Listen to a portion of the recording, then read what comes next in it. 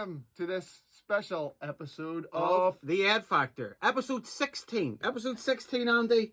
And we are about to start off on a brave new world. Not that album. A journey that starts with today. A new era, and what I believe, and probably most Maiden fans would agree, is the most controversial album of Maiden's career.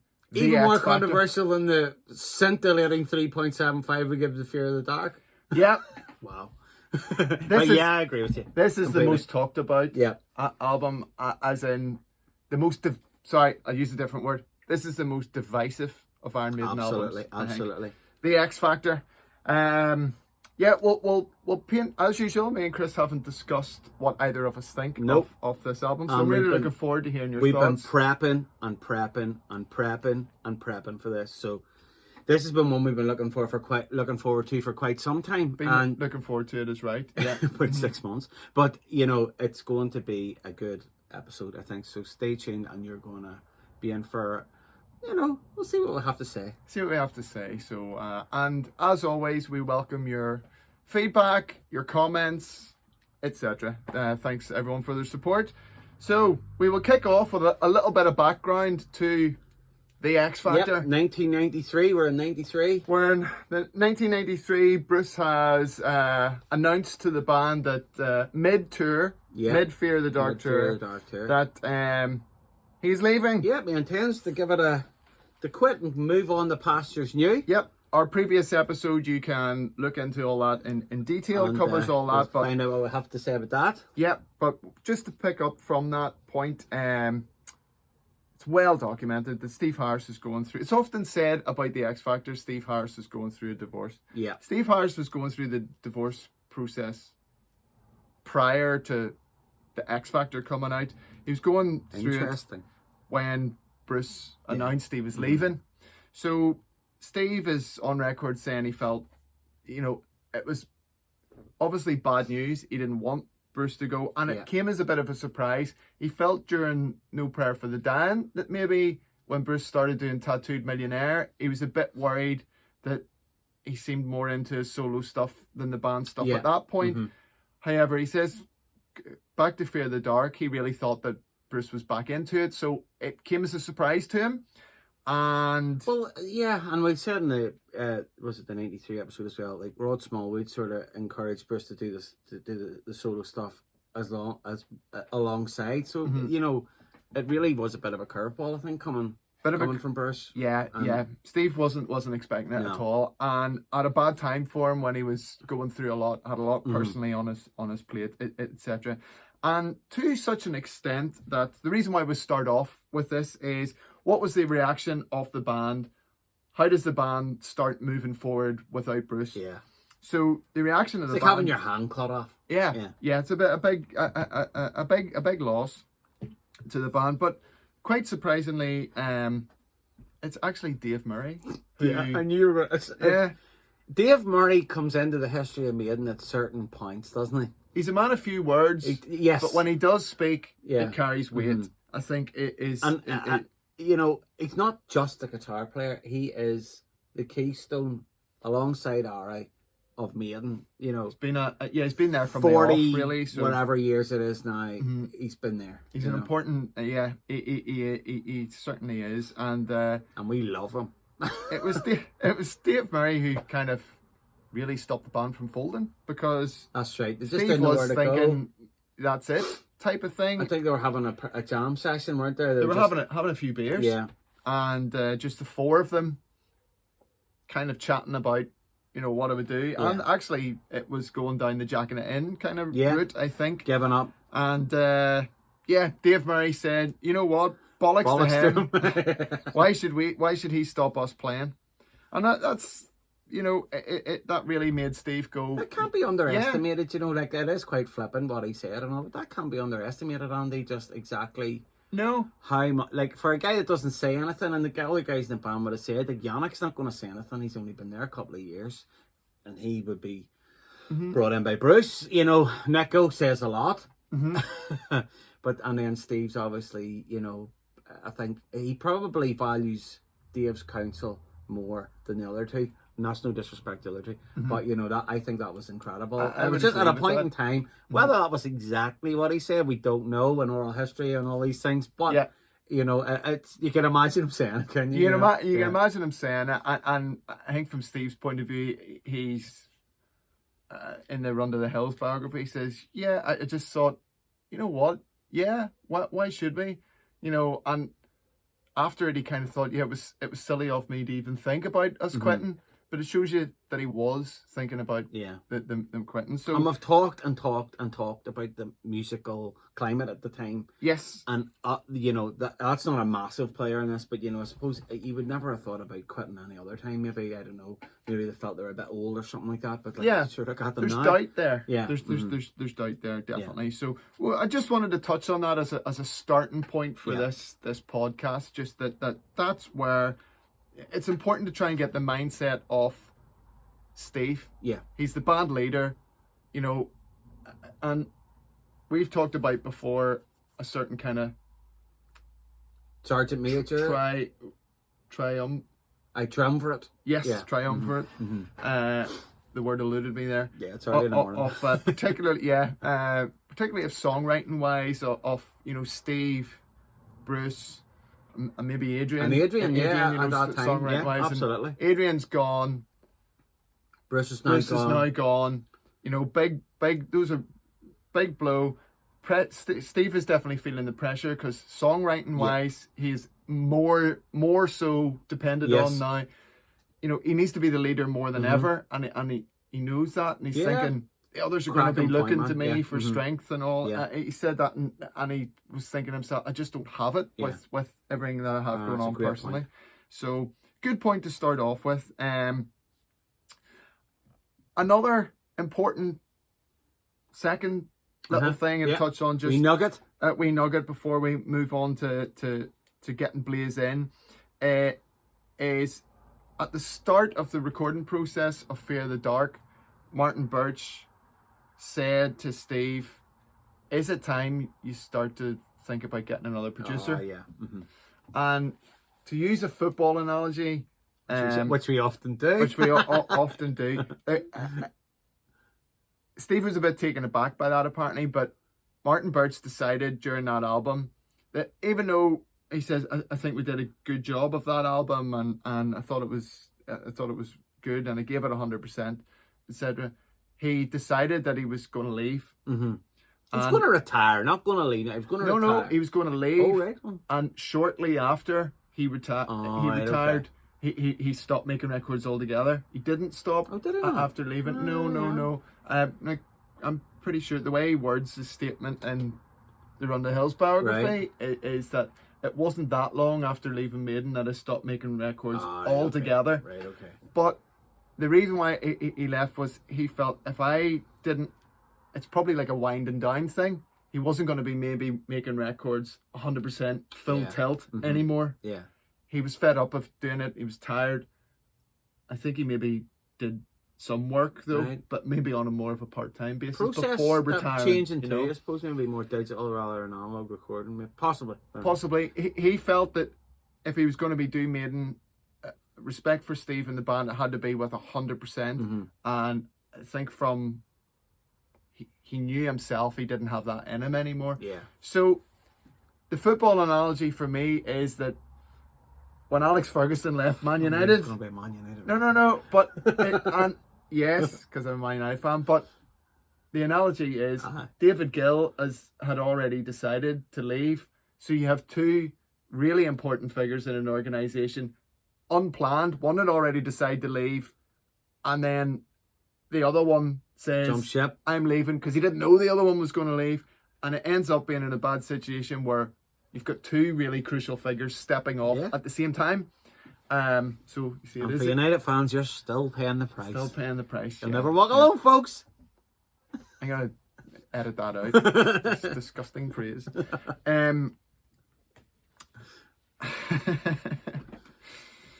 Because no one will ever walk with you. I don't need any other people walking with us, Andrew. Plenty of fans. Listen to that. This wee short-term burst of glory, soon to come to an end. But anyway, back to Maiden. this has put the band in a... If we did do a football podcast, it would last about 2 minutes. It would last about 2 minutes. You'd see the phone falling off. Anyway, moving on. Time for a bit of...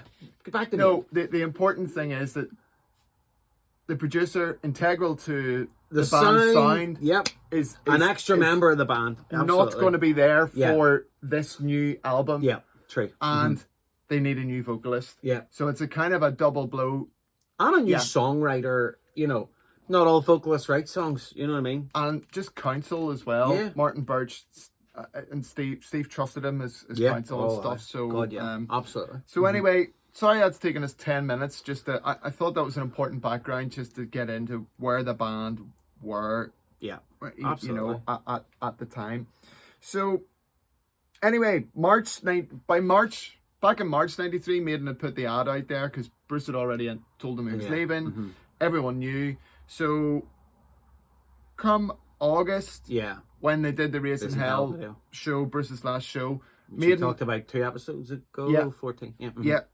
Maiden had literally thousands of tapes and CDs sent in from hopefuls wanting to be the new singer of Iron Maiden. You know, I'd have put one on myself if I was old enough. As soon as I know, can you imagine? If only, Chris. History could have been different. Many's a night out. It could have been, you know, we could have had millions of followers. Anyway. So as Steve pretty much starts going through the audition tapes. Tape after tape after tape, you know, from the late summer of 93. And he said he listened to every single tape that they had. And it was one of the hardest things he's ever done. It took him 4 months to go through all the audition tapes. So that's a pretty long process. As he started going through these, he did actually ring Blaze. That's right. Because Blaze Bayley was the singer of Wolfsbane, for those of you that don't know, a band that had supported Maiden on a leg of their No Prayer for the Dying tour, or No Prayer on the Road. 31 UK dates. Yeah, and they got along with him, and Blaze played in the football team with them. Yeah, and Steve said that he had heard Blaze warming up and stuff as well, and watched them. Right, yeah. And he said, I knew there was more of a voice there than he was using in Wolfsbane. I liked his voice, but I always thought he could do a lot more with it. So Steve kind of thought that Blaze could maybe be the one, even at this early point. So he called him and asked him to come down, and would he mind coming down in audition. And Blaze said no. Yeah. Because I'm about to go on tour with Wolfsbane. Yeah. You know, that's my band. I'm loyal to it. Yeah, he did. It wouldn't be right. A respectful no. A respectful no. Yeah, yeah. But one of those that he has since said he almost immediately from setting the phone down regretted. Yeah. Yeah. He For also, reasons that'll become clear. Yeah. Very quickly. He went on his tour with Wolfsbane and also saw the direction it was going in. Yeah. And some of the guys in Wolfsbane were bringing more kind of Manic Street Preachers style that's exactly stuff what he said. To him for their next album. And Wolfsbane have had a very potted history. Like they're actually, I think Blaze has come back out on tour with them this winter and a new album and all. I'm pretty sure. But for those of you that don't know who they are, listen to them. They're a British band with, I would call it kind of like late 80s, early 90s kind of carnival rock, like, or festival rock. You know, it's kind of upbeat, fun, light-hearted, not too serious. The biggest thing about Wolfsbane was, of course, that they did an album with Rick Rubin. Yeah. Who, you know, you look up who Rick Rubin is, you know, which is a bizarre, in a way, bizarre, you know. Rick Rubin's worked with But at that stage, it would have worked with the Beastie Boys, and then was with Wolfsbane after that. He worked with Red Hot Chili Peppers doing Blood Sugar Sex Magic. That was the one he would have done after that. But I suppose he had a lot of projects going. But I think it's weird that he picks a band. With Slayer. Yeah, but he picked a band like that. Yeah, well, yeah, a relatively obscure band. Obscure, band, yeah. And I don't mean that, I don't mean that, like, not that I'm a massive fan of them, but, you know, they're okay. You know what I mean? They're okay. It brought a lot of hype, like they were going to be the next big thing. Like they were darlings of the British music press. Yeah, it just never kind of materialized in the record sales. In the record sales, I think that's basically the gist of it. Yeah. So, anyway, further down the track, as Maiden are running through audition tapes, and Blaze kind of is obviously giving this a bit of thought, and he rings Steve up again and says, "Have you found anyone yet?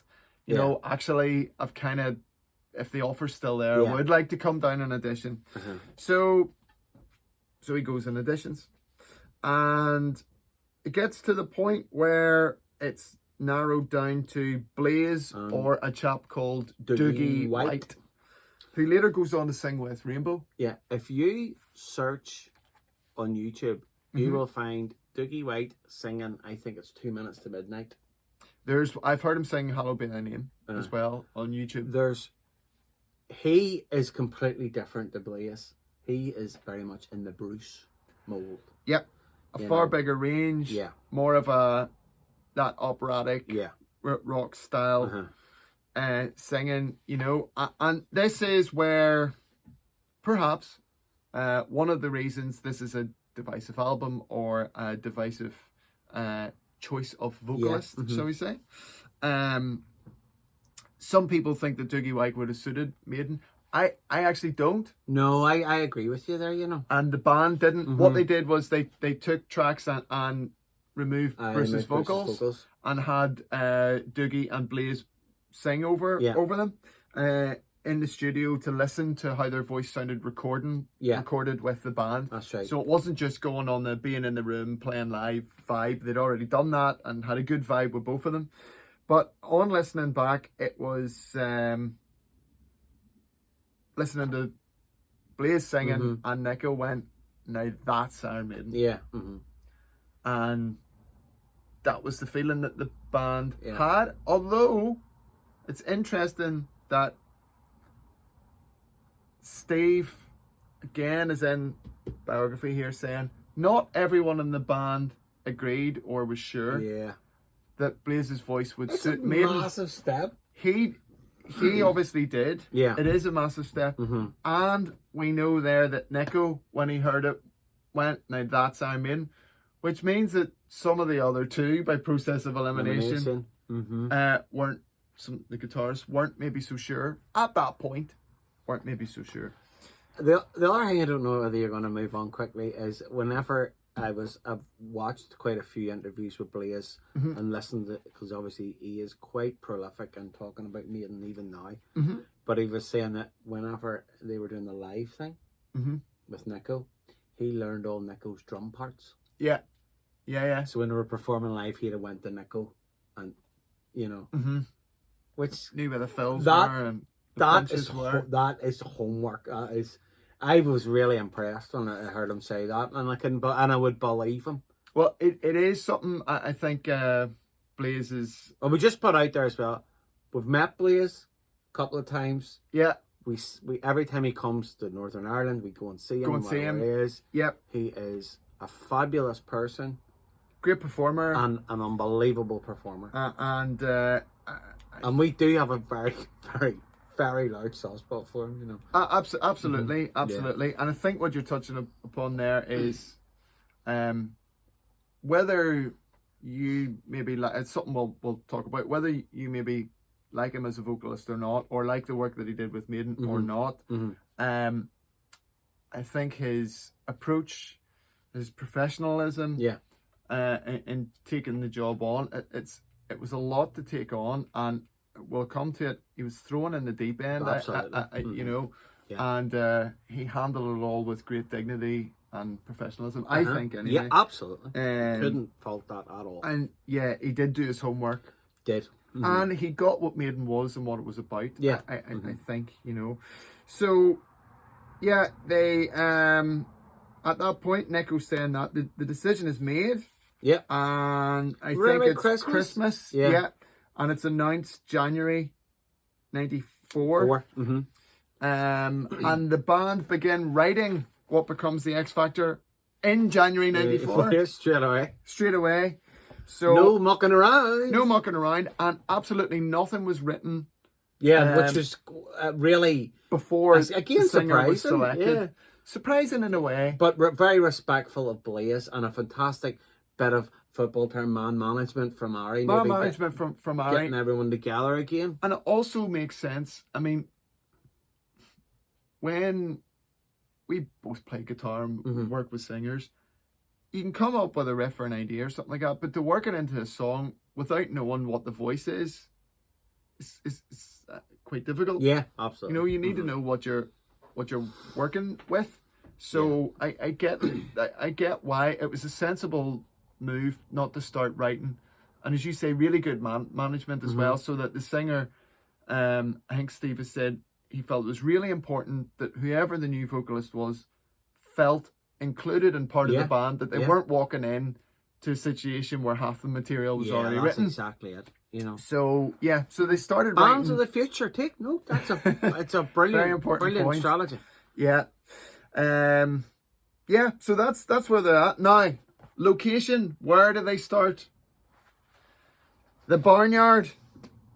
We have discussed the Barnyard at length on Chris's or on Maiden's previous two albums, not your previous. No, my album was going to get. On No Prayer and Fear the Dark were both done in Steve's Barnyard Studios, converted barn on the side of his house. And the band are then locked up in Barnyard, writing and recording for the next year. Yeah. Now I find this a fascinating part. Did Blaze have a bike accident? Blaze did have a bike accident, yeah. During it, which would have put the mockers on it a bit. It was during the mixing stage, right? Okay, right. So it was. I don't know if it held anything up. It probably did a bit. I think he had did he have to get a plate in his knee or something like that or something? Yeah. But yeah, over a year. A year. Now, this is unprecedented. Exactly. You go back to any episode, Maiden, January, 8 weeks. The album is there. Yeah. You know, and that they go to Jersey. You know what I mean? You remember all those episodes we did? Yeah. Yeah. Where it seems such a startlingly quick, incredibly process. Quick, you know, and their process was obviously they were on tour. They write some. You know, they go off tour. They've already got probably half, 3/4 of an album there, and then they maybe write one or two when they're in there. Yeah. So you know, it's rolling over. I suppose. The difference probably here is that there's a stop point. Yeah. There's no singer, and therefore they stop. Yeah. They're not writing, so this is a very different kind of a moment. It's also different from their previous change of vocalist. Yeah. Because Bruce was lined up and good to go. Yeah. And Paul was still in situ. Yeah, that's right. So it was an immediate switch over. They went and did the Italian tour. Went straight in, recorded Number of the Beast. You know. Yeah. And we're out in the road before the album even was released. They were back out in the road. Right. That's absolutely right. So it was all very quick. Whether this is different. Yeah. This is a different process altogether. Absolutely. A year for Iron Maiden to write and record unprecedented. An album. It's probably a bit strange, but you know, again, it is. I'm just going to lift some water here. You think it's strange? Why? Because it's different, or what do you mean? Just with the final product, right? Okay. You know. Okay. I'm alluded to later on. I just think, you know, that and the production. And a whole lot of different things, which I know we're going to talk about. Mm-hmm. You know, I just think a year to do that, you know, a lot of bands, you know, any band, their first album is the album that, you know, they've taken with them through their journey of their life up until that point. You know what I mean? Mm-hmm. Any band, doesn't matter what genre, whatever you're talking about, you know. But this is the first time from the debut album, maybe. I know a couple of tunes went on, like Wrathchild went on the second one. But you know, this is the first time they're starting from scratch. They're seasoned professionals. They know how to turn an audience on, and that, you know, and there are massive elements in it. I just think it's really strange. Mm-hmm. So they. So I'm not disagreeing. Just you're not. Wanted to hear why you thought that, because there are. It is strange. Sorry, go on ahead. There's a few parts of this I think could have done with a bit more time, and that's bottom line. I think it's the album, you mean? Yeah. Okay, interesting. You'll elaborate on that as we're going through the album. Okay, 1 billion %. Cool. I do think it's odd in one way, just because of the band's track history that they've not taken anywhere near this length of time before. But on the other hand, only a couple of episodes ago, we were criticizing them for going into a barn and taking 6 weeks to record No Prayer for the Dying or whatever it was, because we were saying that around the same time, Metallica are 9 months with Bob Rock. 9 months for making the Black Album with Bob Rock. You know, making an album is they're really working on an album sonically. Yeah. You know, and it's quite a big process. Maiden they have in a way, I suppose, or are in a way taking their time with this, trying to work on the process. I suppose maybe the question is, does it sound like it had a year worked on it, or is that what yeah, pretty much. So yeah, interesting points we will pick up. I can't wait to hear. So we will, I suppose, at this point now move on to the album. Will we? Yeah. Go for it. Okay. Here we go. Here we go. The X Factor. Track number 1. Get those Georgian monks rocking. Unbelievably long. Sign of the Cross. Sign of the Cross. Sign of the Cross. 11 minutes, 18 seconds is the opener of this album. The balls to do that. Now, we should say that it was not the single. The album comes Should out... have been. Can you imagine? The album's released in October 95. The X Factor comes out in October 95. But I think it's August 95. They released Man on the Edge as the single. Yep. I remember watching it, Top of the Pops, live from Tel Aviv, on top of this big fort. Yeah. Which they used bits for a video. That was week number 2. Week number 1, they were in the Top of the Pop studio. Aye. They would have done it twice. They did it twice. They were in the following week. Oh, right. They were in Israel. Top of the Pops, for those of you who don't know, we've talked about it before. First time Iron Maiden have been on Donkey's Years, British institution, half an hour show, Thursday, Friday evening, all the chart hits of the day. And you watched it because that's all we had. Yep. You know, you had to be a millionaire to have MTV. No, Blaze sang live on Top of the Pops studio. The band. But I remember seeing it. I remember seeing it. This is, as I've documented before, this is my fallow period with Maiden. I didn't buy this album when it came out. Didn't buy any of the singles. You did. Buy all the singles, so I did. Maniacal Maiden fan at that stage. And I was past that stage. Actually, before we go into doing the album, we'll maybe start with this as a single. Okay. Because it comes out and all right, you weren't into it. I loved it. No, I did love it. You liked the single? I did love it. Yeah. Do you want to talk about it as a single? Do you want to talk about the song? Man on the Edge is a cracking single. So great song. Yeah. It's effervescent. Of the time of Maiden in the 90s, early 90s, same just grabs you, you know, like very up tempo. Very up tempo. It's a full throttle song.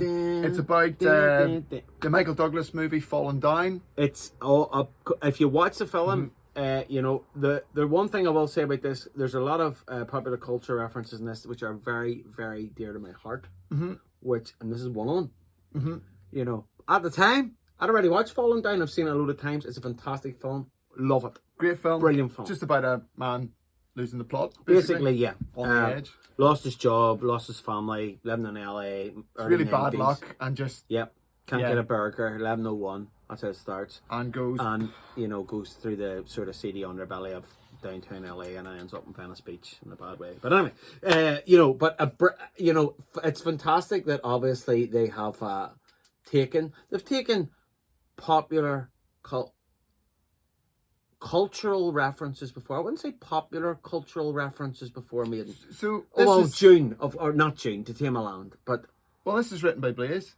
Aye, the lyrics. So I suppose it'd be written by a modern movie. This is something that you will have to help me out on here. Who wrote lyrics to certain songs? Yeah, you know, This one that the makes sense to me. Well, it's a Billy Gers tune, isn't it? Yeah. Billy Gers. And music's written by Yannick. It's the most Yannick song ever. Well, yeah. There's another one, but it's the most Yannick song ever. But yeah, but great track. Knees up, heavy metal, like knees up. Full throttle Maiden. Yep. It's just what the band, to announce themselves as returning and to cast your mind back, if you were back in '95, the reviews were really positive of this single. Yeah, it was great. It was a real here in the UK. You are right in the middle of the Britpop explosion, and it's something completely different. And if that wasn't your bag, and I know it wasn't your bag at all, it was very much my bag at the time. But it was great. It was good. Like even metal, Load hadn't come out, or maybe it had. I can't remember. No, it was '96. Load comes out. What are we looking at in metal? Vulgar Display of Powers the year before. KSAD was '93. Far Beyond Driven's the year before. Far Beyond was '94. What did I say? Vulgar Display. I meant Far Beyond Driven. So Megadeth Euthanasia is '94, which is softer. Yeah. You're really in that death of grunge as well. Yeah, I'm thinking '95, the big, like you're talking, there's a lot of American influence coming back over, but death of grungy and Britpop. Is it death of grunge yet? Yeah, I would say so. But Bush, the band Bush, always signifies to me a death of grunge.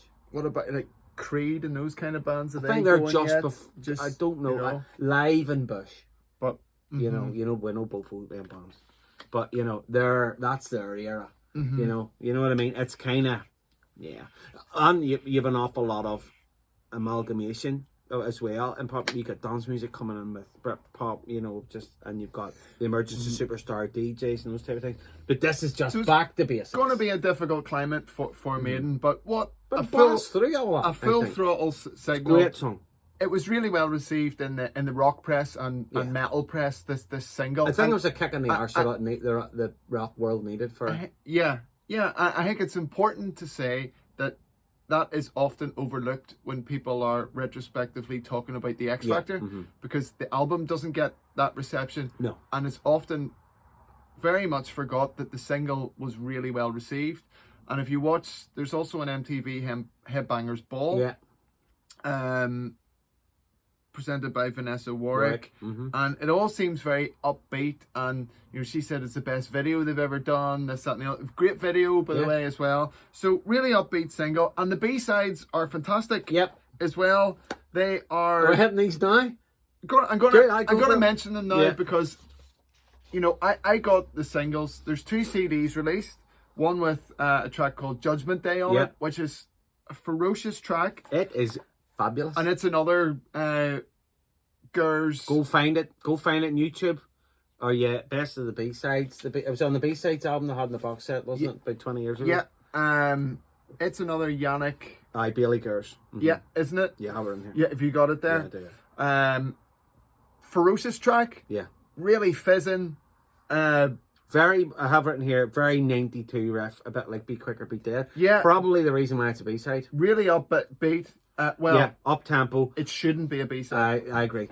It's a great track. Blaze is a super workout vocally on it too. Sounds terrific on it, and it's just full throttle Maiden. Great track.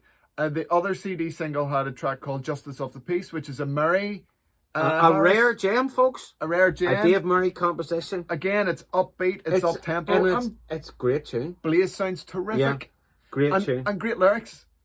Yeah, I think it's I thought maybe the lyrics could have had another run at it. I think if they'd have polished them a bit, I think it would have been on the album.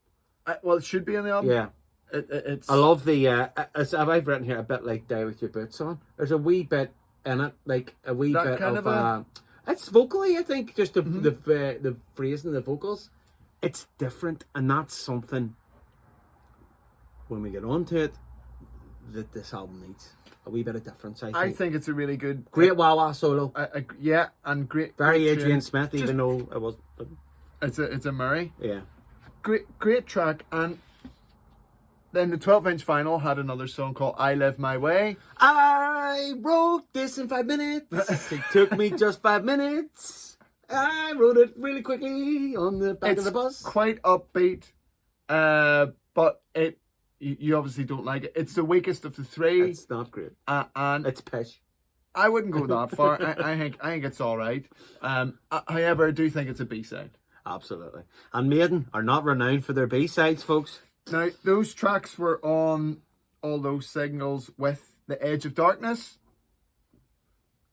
which is a track that it is on the album. It is. And is fairly up-tempo as well. Yeah. Now, I'll talk about it later. Talk about it later. That's fine. But these three tracks are also on the Japanese import. So if you've got 30 quid, go on Amazon. You get the Japanese import CD, and I'll have those three tracks. Yeah. Which are 12, 13, 14. Mm-hmm.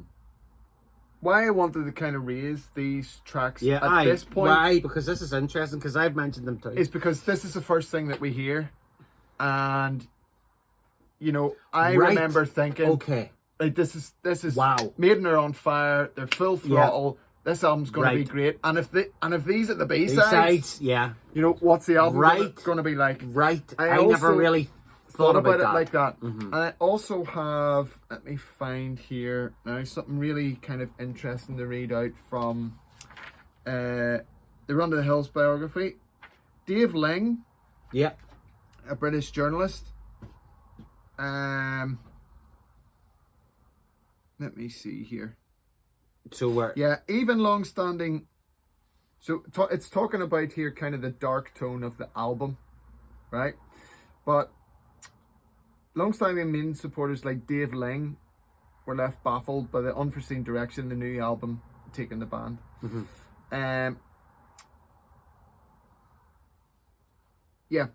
I was kindly asked to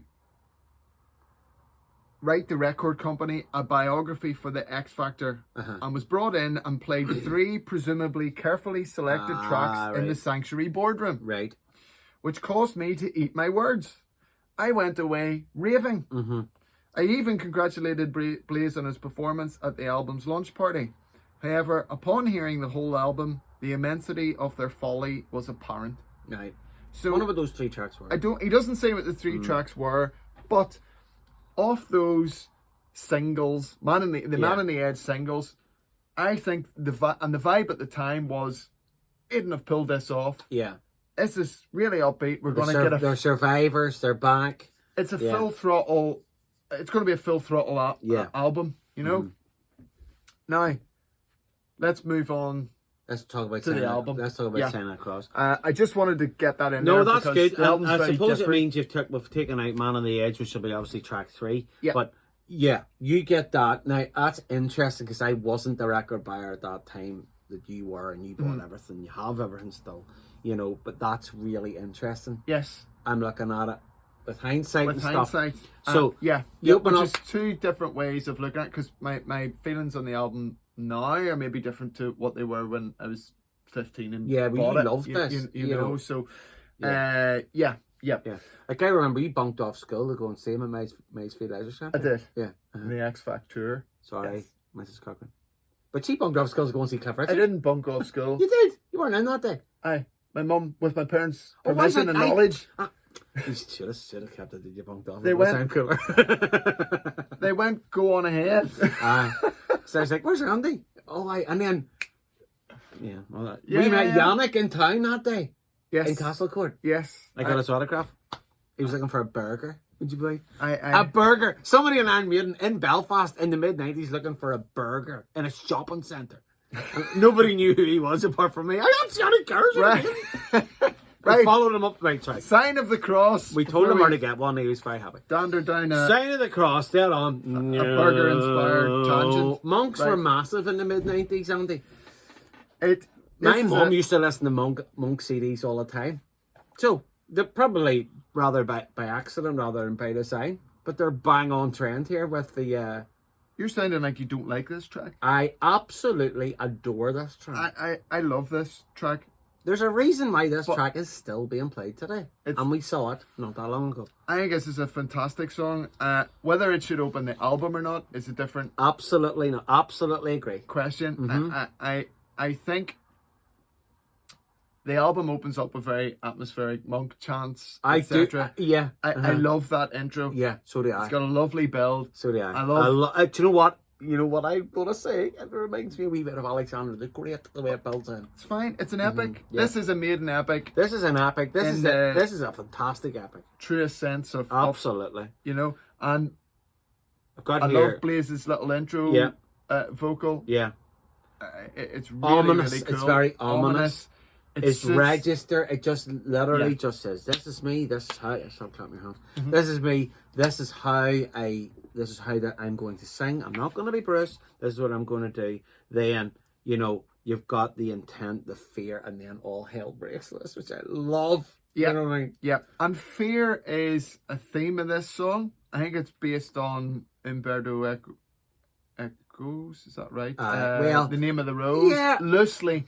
But there's a film with that with Sean Connery and Christian Slater. Yeah, it's I don't I haven't seen the film, but yeah, maybe there is, maybe there's not. Like Sherlock Holmes in a monastery in the 13th century. Yeah, it's maybe. But it's theatre. It's brilliant. There's a fantastic. The verse is great. It's driving. That's one thing this album does is it drives. At points, it drives. Yeah. I think there's a good lot of it that drives. All right. At points. The song is that. I'm getting self-doubt, on myself. Fear, questioning oneself, belief, questioning your belief, that kind of a thing. Those are the themes of the song. Yeah. Now, sound-wise, drive. Yeah. You think? Yeah. Yeah. Not production. But Andy, we've talked at length about production. There's issues with the production. So the production here, this album sounds very different. Dry. To even the other albums done in the Barnyard. Yeah, it's very dry. So the thing that comes across instantly when, say, the drums kick in this track, like the snare drum's quite pop. And I don't mean pop as in pop music. I mean there's a pop off it. Born in the USA. Right, that's good. Snare drum. Yeah. Okay. Yeah, that's it. What do you call? Oh, Anto will kill me. What do you call the guy? Bob Clearmountain. Right. But yeah, they've obviously through the kitchen sink at their recording of the drums. Drums sound fab. Drums sound big. Yeah, big. All right, big. Yeah. Take away from the rest of the song. I don't know whether, but dry. At the same time. I'd have probably got some reverb in that snare drum. Absolutely. But this is the album that they're trying to keep with the times. Yet it seems like they're trying to keep. This is where it gets a bit confused. I think it's a bit confused. The thinking they're making a hugely proggy album. Oh God, yeah. You cannot argue with that at all. This is really a prog rock album. That's that song and many other songs on the album do have that. I'm going to keep that part of it till I sum up. But it's Kitchen Sink Maiden. It's theatre. Yeah. It's a fantastic song. Agreed. It's a fantastic song. Mid-tempo gallop. Yeah. You've got great string sections. Yeah. You've got really ominous riffs. I think Blaze sounds fantastic in this track. He does. As an opener, and I read here, really well done for having the balls to open with it. Even though it might be the best choice, but you are doing something different. So, you don't start with a 1-2 punch. You don't always start with a 1-2 punch. This is different. So the thinking was, rather than having the epic at the end, let's reverse it and have the epic at the beginning. Yeah, okay. For me, I think it's a clunky way to open the album, I have to say. I like it. Are you saying that not? Are you saying that as a 15-year-old? Are you saying that now? So I'm all right with it more now. Right, yeah. Because having said that, it's the best song on the album, and you start off with it. So where else is there to go? The whole point of a Maiden epic, I think, and off Iron Maiden, when you're listening to Iron Maiden, you always know that there's something special waiting at the very end of the album for you, right? And with this, the special thing happens at the start. Yeah. And that's for me. The tried and tested formula of the epic at the end works and shouldn't be messed with. I actually haven't picked a favourite song in this album, So, I love it. I love this song, though. This song's the best song in the album, in my opinion. I can't disagree with you. I can't disagree with you, man. Stretch. I can't disagree with you. I really can't. It's a fantastic bit of songwriting. It's right up there with Steve's finest epics. Yeah, it is. And like they were doing this. This really still in the set list. It hasn't really fallen out of the set list. It has at times since it was written. It works so. Remember the Bruce effects? Well. Yeah. Mel 2000. I mean, it's just a fantastic track. Yeah. I mean, they're still playing it in their current Legacy of the Beast tour. Yeah, that's right. It's just brilliant from start to finish. Yeah, no, you know, great. And yeah, and in one way, I can see why they wanted to start an album off with that, but two reasons. One I've just said is maybe save that to the end. Yeah, the track listing is an issue with this, this album massively. I think the other thing is to try and entice more casual listeners in. Yeah, you're not going to do that with an 11-minute epic at the start of an album. Now, and that's no disrespect to us as Maiden fans, guys, but yeah, you're 100% right. You know, and in the era 100%. of people listening to, you know, grunge or post-grunge or whatever it is, you know, they're not going to listen to an 11-minute epic, mid-paced, you know, prog rock track. Yeah, it's not the Spin Doctors. No. It's not the Spin Doctors or Blur. And it's also, if you've maybe went, oh, well, Man on the Edge is good, you know, they could buy into that, you know, 3-minute high-tempo rocker. But this is... I see now that. I didn't really even think about how those first three songs would make the album ultimately such a disappointment for so many. But yeah, that's a brilliant point, Andy. So I just don't. Yeah. So I don't agree with it. It would be on a playlist of all time Maiden tracks. Absolutely, 100%. It's a fantastic song. It's great. Yeah. But I don't feel it should open the album. Some people maybe differently, and I think it's brave to do it. I don't think either way about it. You know what I mean? I don't think it's a bad idea. I don't think it's necessarily a good idea. I'm a bit on the fence about it, but it is a fantastic track. Fantastic track. Absolute knockout track. I would absolutely agree. Track number 2. Track 2. Yeah. Lord of the Flies. Lord of the Flies. Yeah.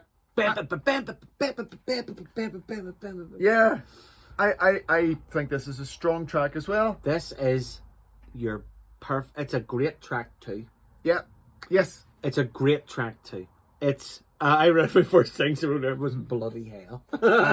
And when you say from finishing that off, when I say that, do you mean a great track as well, or a great number 2 song? Both. Right. Okay. Well, I meant great number 2 song. Right. Okay. So you know, it's the one. You know, Maiden tracks. You know, it's the two of your 1-2 punch. It's brilliant. It's really, really good. Yannick finger-picked intro, channeling this Ritchie Blackmore influence to the absolute max. It's really interesting that you have that, because I have written Strat sound.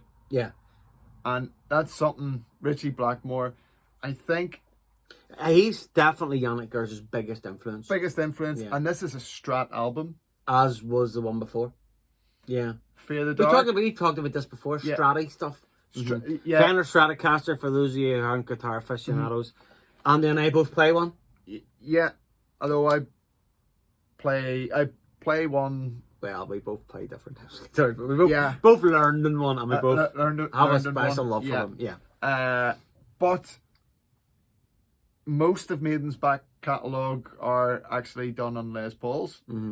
Or a mixture of both. Live, anyway. Well, live, but... you need that sort of top end. Everyone thinks Dave Murray uses Strats all the time, but in most of the recordings in the 80s, he's used the Les Paul. Is that right? Yeah. But he doesn't think it's his... road. Yeah, it's not a road guitar. No, I can see he's why. more comfortable playing a Strat live. Yeah, that's lighter for starters. But yeah, like Powerslave, he used the Les Paul almost exclusively on the whole album. Yeah, Dave Murray. So there's an interview on the Fan Club magazines, right. I think in the Book of Souls thing, with a Les Paul, and he said that everyone thinks I use Strats on all the albums. Yeah, like Powerslave, I use Les Paul for the whole thing. So cool. Pretty much, you know, which was interesting. So yeah, it is. But obviously we know Adrian's big Les Paul guy and uses different guitars. Humbuckers. Most of his guitars have a humbucker. Thicker, basically a thicker guitar sound. Fuller sound. Fuller sound. That's a very scratchy intro. very toppy. And I think this album is the most Strat sounding album that they've ever made. I think you're right. Mm-hmm, Whatever way the guitar tones are. There are elements of it in the two before, but yeah, fair enough. This is very. It comes through as Gersh as a songwriter, I think, too. Neck pickup Strat. To me, the whole way through. Yeah. We are going really down the guitar now. Really down the guitar. No, but back to the song. Not the hum cancelling positions 2 and 4. Great track. Great song. Cool riff. Based on the book. Yeah. That kind of staccato intro you've said there's really nice picking. I also think special mention for Yannick here for the solo. Yeah, very good solo. And not as in it's awesome technically, technical wizardry or anything. I mean, it's a really superbly crafted solo. This.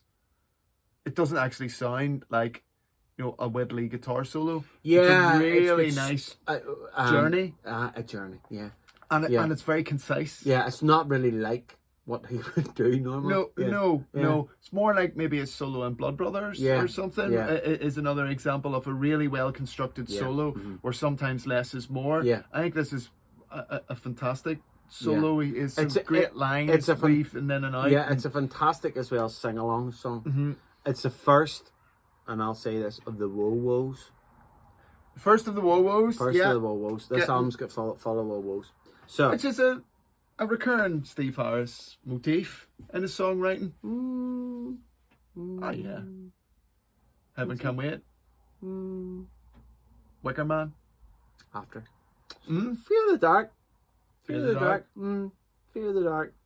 There's 3 Wo-Wo's, so there's lots of Wo-Wo's. 3 Wo-Wo's from 1986 to 1995, and now we're going to have quite a few on one album. I'm sure you can have more Wo-Wo's than that, but actually, I'm not dissing it. I'm not. You're getting no. I'm not. It's an interesting point because it's a Wo-Wo album. I saw Blaze on Blaze has said that Steve said to him about. Part of his songwriting, but people always expect me, or do people think I do this all the time? And Blaze said to him, bollocks to what people think, do it. And he doesn't say it's about the Wo-Wo's, but I think it might have been about the Wo-Wo's. See, anyway. They're playing to their audience with the Wo-Wo's. But anyway, on with the Wo-Wo's. But so I think this song's an underrated gem of a track. I think it was featured on Death on the Road. Yes, it was. Right? Yeah, with Bruce singing it. And which means we must have seen it live. Yeah, we did see it. Yeah. I couldn't remember seeing it live, so he's maybe drinking. And what a treat it was. Oh yeah. But watching it back, it's really good. I think it's a really strong song. I love it. It's a great song. No, it's a great song. I do have a couple of little minor issues on the production side with this. Right. Which is started Signing Across, I think production wise is superb. I don't have an issue with any of the production really. Maybe the snare drum's a bit poppy, as we said. The only other bit was the fast bit where the 2 leads come in.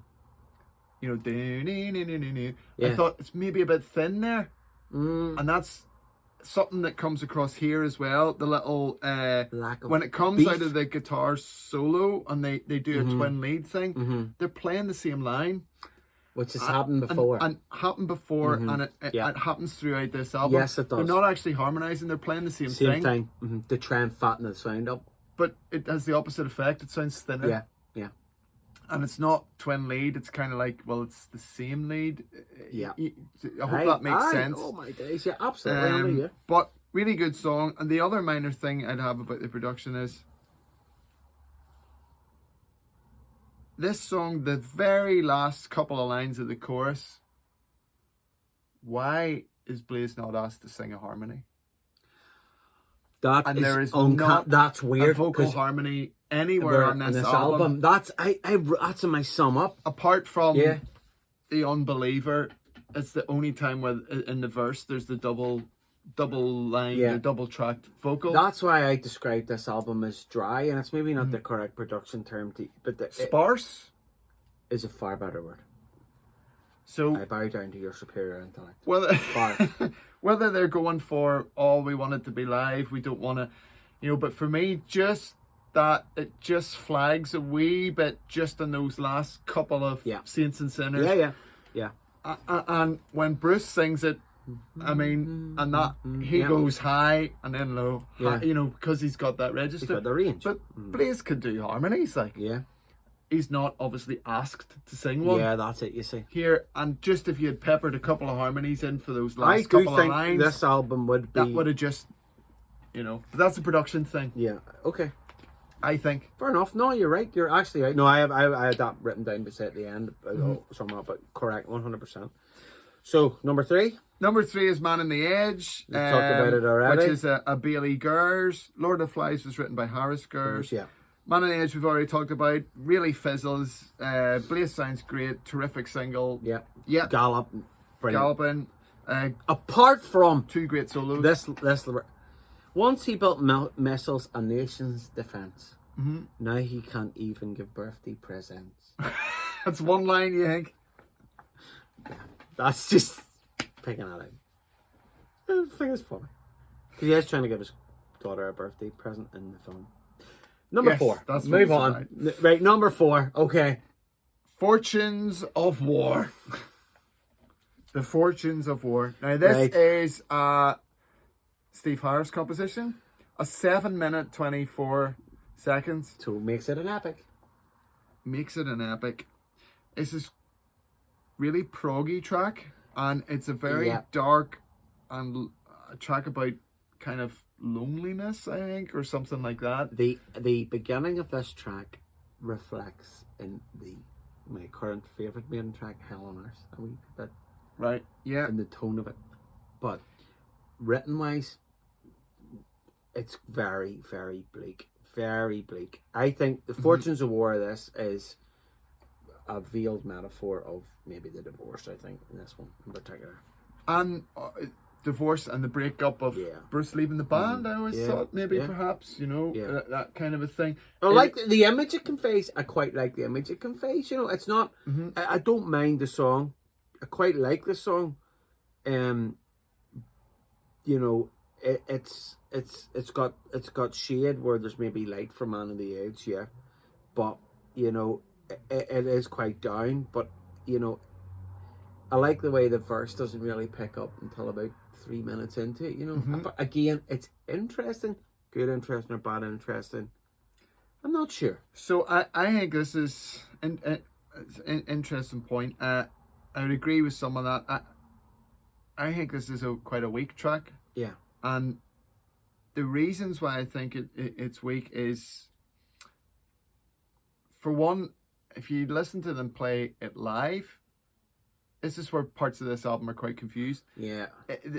Right, if the production's sparse and they're not putting vocal harmonies on it because they want to sound like a live band, and can I just say as well, when they go into record, the recording process is, I mean, Blaze in his interview, the Man on the Edge interview, said, I think that they hadn't even played some of these songs from start to finish, and they were going, let's hit the tape. Yeah. And he was kind of like, well, should we not try and play the song from start to finish first? No. I had that too. I had that. He was amazed at how that worked. That worked. And it's because they wanted to apparently capture the energy and not lose. Like when you demo a song, you get that moment. And they didn't want to lose that moment by doing a demo, which is a really good point, and it makes sense. But I think they've either maybe overthought it or something, because when they play this song live, it's far quicker. Yeah. And it sounds far more lively. And there's a bit of a fizz to it. Yeah. It actually sounds a lot better live. This is a gallop. This song has a gallop in it. Yeah. And a bit of twin lead. A bit of twin lead. Yeah. Very at the end. Scant, but it's quite a well-crafted song, but I don't think it's delivered or captured well on this record. No, it's not. And I think, is it caught between the trying to get that live sound and also caught between when they were doing Peace of Mind, Flight of Icarus, Bruce saying, that's too fast. Yeah. You got to keep this slow. And Adrian telling the band, we're playing too fast. Yeah. You gotta take the pace down. I think has it been overthought and has the pace been dropped on this? I think it's too underproduced. Yeah. And because it's slower, then they play it live. The lack of power from the guitars and the production, that thinner production, means that the weight isn't there. Yeah. So if they played it faster, it sounds better. Yeah. But when you take the pace back, it just sounds a bit meh. Okay. You turbo this then and record it live. Is it gonna make the album as a whole any better? It make it a bit better. Yeah. Right, okay. I think it's far more listenable track live. Yeah. So for me, yes. Yeah. So this track doesn't come off largely for production reasons. I also think this is a track that isn't maybe in the best of registers for Blaze, and that's another problem we're going to talk about. Yep, and that's no disrespect to him. I just think it's a bit in the low end. It doesn't give him anywhere to go. In a way, you know, if they just played it in a different key, it suited the guy a bit better. He could have done a bit more. Maybe with it. It's got the another whoa. Second whoa. Does this have a whoa? Yeah. Yeah, it does in the fast bit. So a mixed bag of a track, but it's an interesting track. It's you know, don't be listening to it if you're feeling a wee bit down. The intro's quite beautiful, actually. Yeah, I agree. You totally. know, but I just think it plods a bit in places, and it's a bit low in register and low in mood. Okay. Yes. So, which is kind of where this album kind of goes a bit. There's a bit of a slump. You've done an arrow there, and I'm wondering if you've done an arrow there because I've sort of got the same idea. We've got a bit of fat. There's a mid-album slump here, and it's to do with the track listing. I think there's a great album in here, but they only deliver a good album. Is where I'm going. So because of the track ordering and because of production, would be bang on. Number 5. Number 5 is Look for the Truth. Look for the Truth, which is definitely kind of about hurt after a breakup. I have written here Fortunes of War Part 2. Yeah, it follows with a few differences. It's better than Fortunes of War. I do agree. For numerous reasons. I think it's a Bailey Gers Harris. It's 5 minutes, so it's shorter. Blaze's performance in this I really love. Now, it's possibly the bit at the beginning is possibly his greatest. I'm going to have a caveat though. Is probably I think it's a bit that go. That's a great bit of singing, but I don't know how he's in the right tune. You don't know if he's. I've read if he's what in the right key, or is he singing deliberately out of key at the end? The bit that he goes to make monsters of men. It makes it sound better, in my opinion. When I've been watching, you know that bit I'm talking about. Yep. So the end of the intro. Yeah. Here. Yeah. Make monsters of men. I can't do it. I'm sorry. Yeah. But I don't think he's off key there. I think it's brilliant. Yeah, I don't think he's off key. No. His voice maybe trembles. Here is the dream. That line. Here is the dream. Oh, I love it. He might go off a wee bit there. Yeah. But I think it makes it more interesting. It's a good sense of emotion. Yeah. With that part. I do. But I think his vocals when the guitars kick in are cracking. Yeah, I think when the rock kicks in. I think this is one of his best singing performances. Yeah, it's a really good performance. I really love it. I would agree with that. I think this is a decent tune. Yeah, it's catchy. It's not as much of a downer.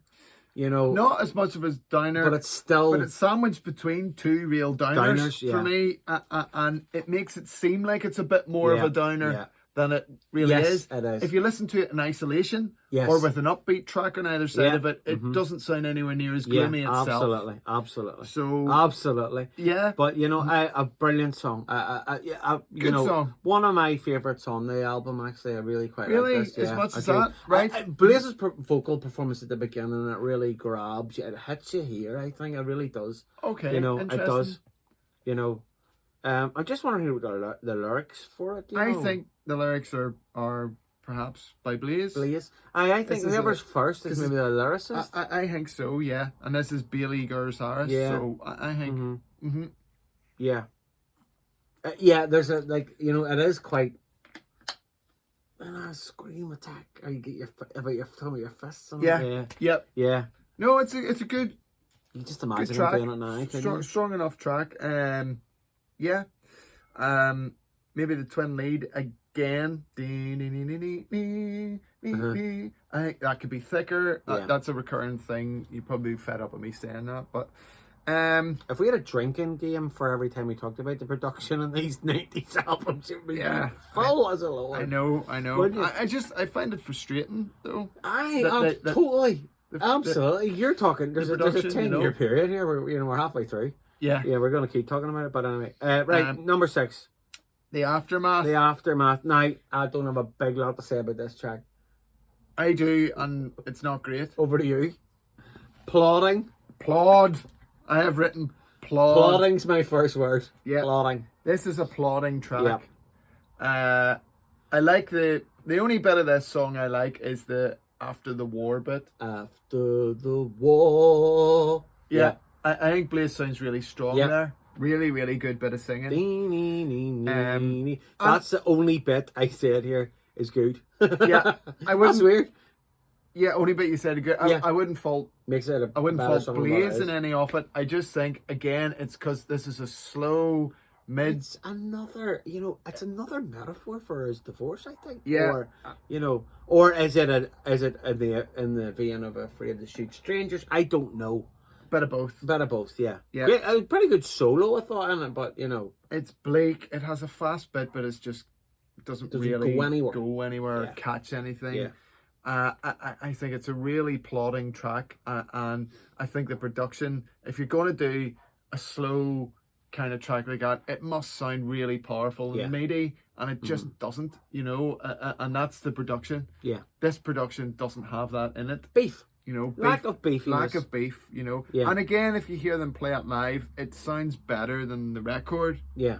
Because it's quicker. Yeah. But the very fact, I also think that this is one of the tracks that they chose to go and play live, to me, kind of is a strange one. To me, it's just one of the. I think it's actually probably one of the worst songs in the album.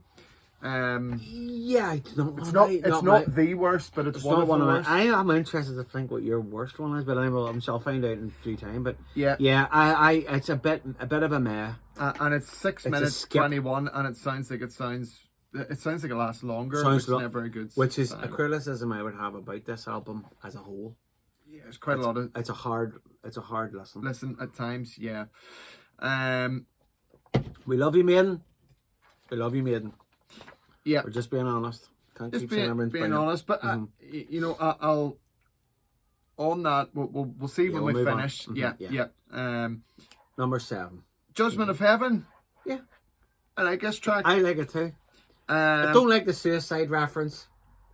That's the coward's way. I like that. It's quite honest, and because he's being honest.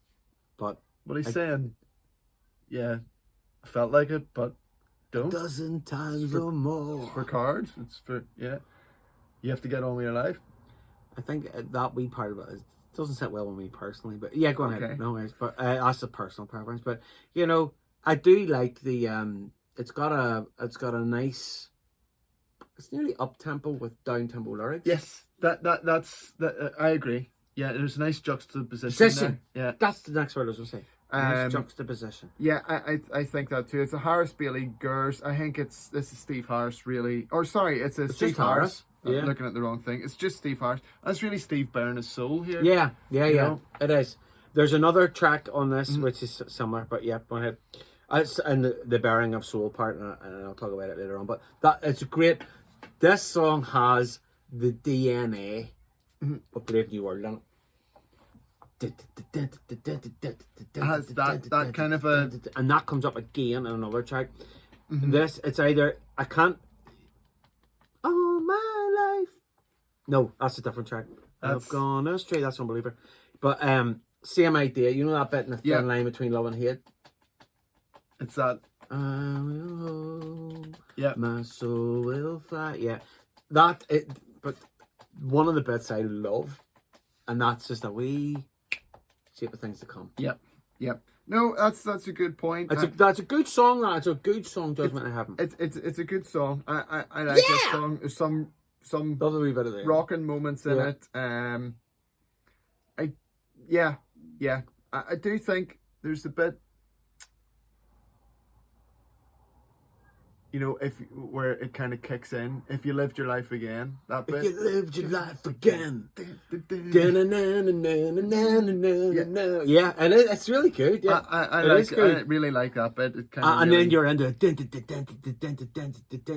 the chorus. Yeah. No, it's good track. 5 minutes, doesn't overstay its welcome either. It would be a welcome addition to any of these 90s albums as an album track. And yeah, I don't think they played this one live. Live. I don't have the live track listing, and I wish I did. I was a bit of an oversight by me today. But so, no, I don't think they played this one, but right. Anyway, great, good, strong track. This next track, yeah, it's also a Steve Harris. Yeah, I'm doing the bass intro. Beedly.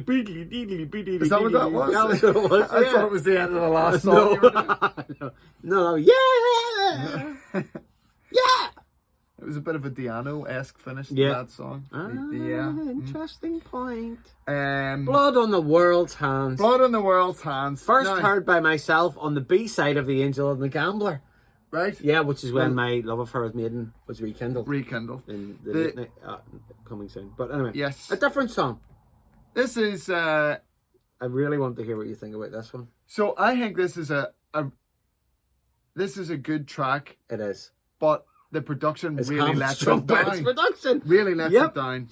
I also think its positioning on the album. Yeah. And considering we've had kind of 3 fairly bleak songs, and then Judgment of Heaven, which Judgment of Heaven isn't helped by the 3 songs it's just had beforehand. Yeah, absolutely. I'd say again, if you put a fast song on before Judgment of Heaven, it sounds far more upbeat after. Yeah, it does.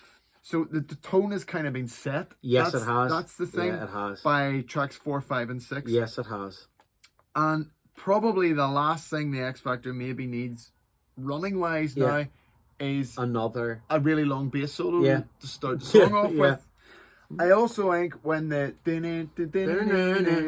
kicks in, it sounds thin when it should sound really big. Yeah. And the other part of this song that should sound really, really big, the chorus, is the chorus. I mean, that should sound really chuggy. Production could be a lot heavier. You've written, it should sound. This is the most 90s metal song that I've written. And yet it doesn't come across that way because of production. You stick Dimebag playing that, you know what I mean? Yeah, big, chunky. Yeah, just... if you hear them playing live, it sounds beefier live. Now, on the flip side... And the... go on.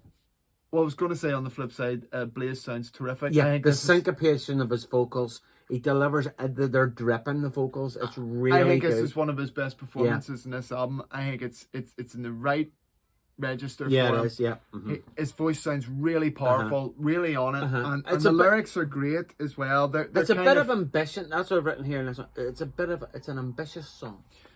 Yeah, songwriting wise, it is ambitious. This is them doing a proggy track and getting it right. Yeah, it's just if it had been produced better, it would sound absolutely monster. Yeah, and I was going to say something else there. Sorry, in my head. You're okay. I cut you out, man. All right, lyrically, I think it's kind of about Steve worrying about the world that his children are growing up in. Yeah. Ills of the modern world. Yeah. And I think lyrically, you have to look at the whole album again. It's very introspective. It's moved away largely from the kind of, comic book horror stuff that... Angels and Demons, yeah. Mm-hmm. Yeah, that absolutely not. That is actually what made him do so well. And it also moved away from the more of the historical stuff. It's not there. As I said, the pop culture references are very current. If there's any, it's current. Yeah, that's what I mean. And there's they're within their own lifetime. Yeah, Sign of the Cross maybe the exception, but yet it's actually probably more about as we've said, faith in your own belief and stuff. This song's very much about the modern world or the world around him, and his observations about the world. So lyrically, it's quite a departure, maybe for Steve. I completely agree with that. You know, there's a lot of departure in this album. It's you know, I'll say in sum up, you know, it's very personal. A lot of very, it is. very personal. Even metaphorically, a lot of it's very personal. Is this song 5:58? I don't have the time in certain time. It feels longer than it does, that. but yeah. You know, but it's I think it's a good track. You said what you said there supports it. It feels longer because of the stuff that goes ahead of it. Yeah. Cut the fat out of that, then you've got a tight punch here. Get somebody in to produce it properly. Yeah, I think you've got a classic there. I think so too. Bruce could make, I don't know, a fantastic performance out of that. He could, but let's not knock. I'm not knocking. You know, I wouldn't knock Blaze at all. It's Blaze's song. I think he sounds superb on this. I mean, latterly. I mean, if they were singing it now, and would be on the legacy of the bass. It's a really good track, a really well written track. It just the production is the only side, but we're in full agreement. The production's the only thing that lets it down. Really, yeah. So next track is Edge of Darkness. Okay. A Harris Bailey Gers effort. I've written here Apocalypse. Wow. Yeah, that's what it's based on. Kind of that on Heart of Darkness. The film's based on Heart of Darkness. Is it right? No, Apocalypse Now is one of my own favourite movies of all time. So, I'll be honest with you. In my research for this, I didn't really listen to this album a big lot. Knew the singles, knew Sign of the Cross. This came on, and I thought, this is a Maiden have written a song about one of my most favourite films of all time. I didn't realise. You didn't realise? So when I listened to it, I really like this track. I really like this track. But I probably only really like it because it reflects one of my favourite films. Because of the subject matter? Because of the subject matter. A go-to. Be a brilliant addition to A Matter of Life and Death. Yeah. Yeah, it's on that kind of vein. Yeah, absolutely. I mean, it was on the Man on the Edge singles. I think it's definitely a more upbeat track. It's the riff has a little bit of a Hollow Bailey vibe about it. So well, more than a little. It's very Hollow Bailey there's musically, there's nothing new. No, that would be the one thing I would say. Yeah, it's maybe a little bit Maiden by numbers. Yes, a little 100%. Bit. Although I think Blaze sounds terrific on it. Yeah, and if you hear them live, playing this song sounds great live. Yeah, I think Blaze knocks it out of the park live as well. This is one of your recent pop culture references, like Apocalypse Now. I like the sample of the helicopter at the start and stuff. It paints a nice intro. Yeah. It does paint the movie in a very nice intro, because the very beginning of the intro is Martin Sheen in a hotel room, slowly losing his mind. Waiting for a mission. Yeah. And it's basically, he's just who's wrote the lyrics for this, do you think? Steve Harris? His name's first. So, maybe Blaze too, but he's writing what he sees. It's quite quite plain. There's no embellishment there, but it's great. It's good. It's good. I always said it's great. It's good. It's good. It's Maiden by numbers. It's a good track. It's an album track, but the subject matter really turned me on, and I would listen to this again. Yeah, I think it's one strong. I think it's a strong track. Yeah, I like this song. Voice like this song. Yeah.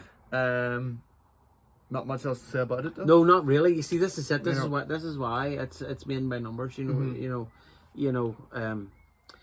10. Number 10.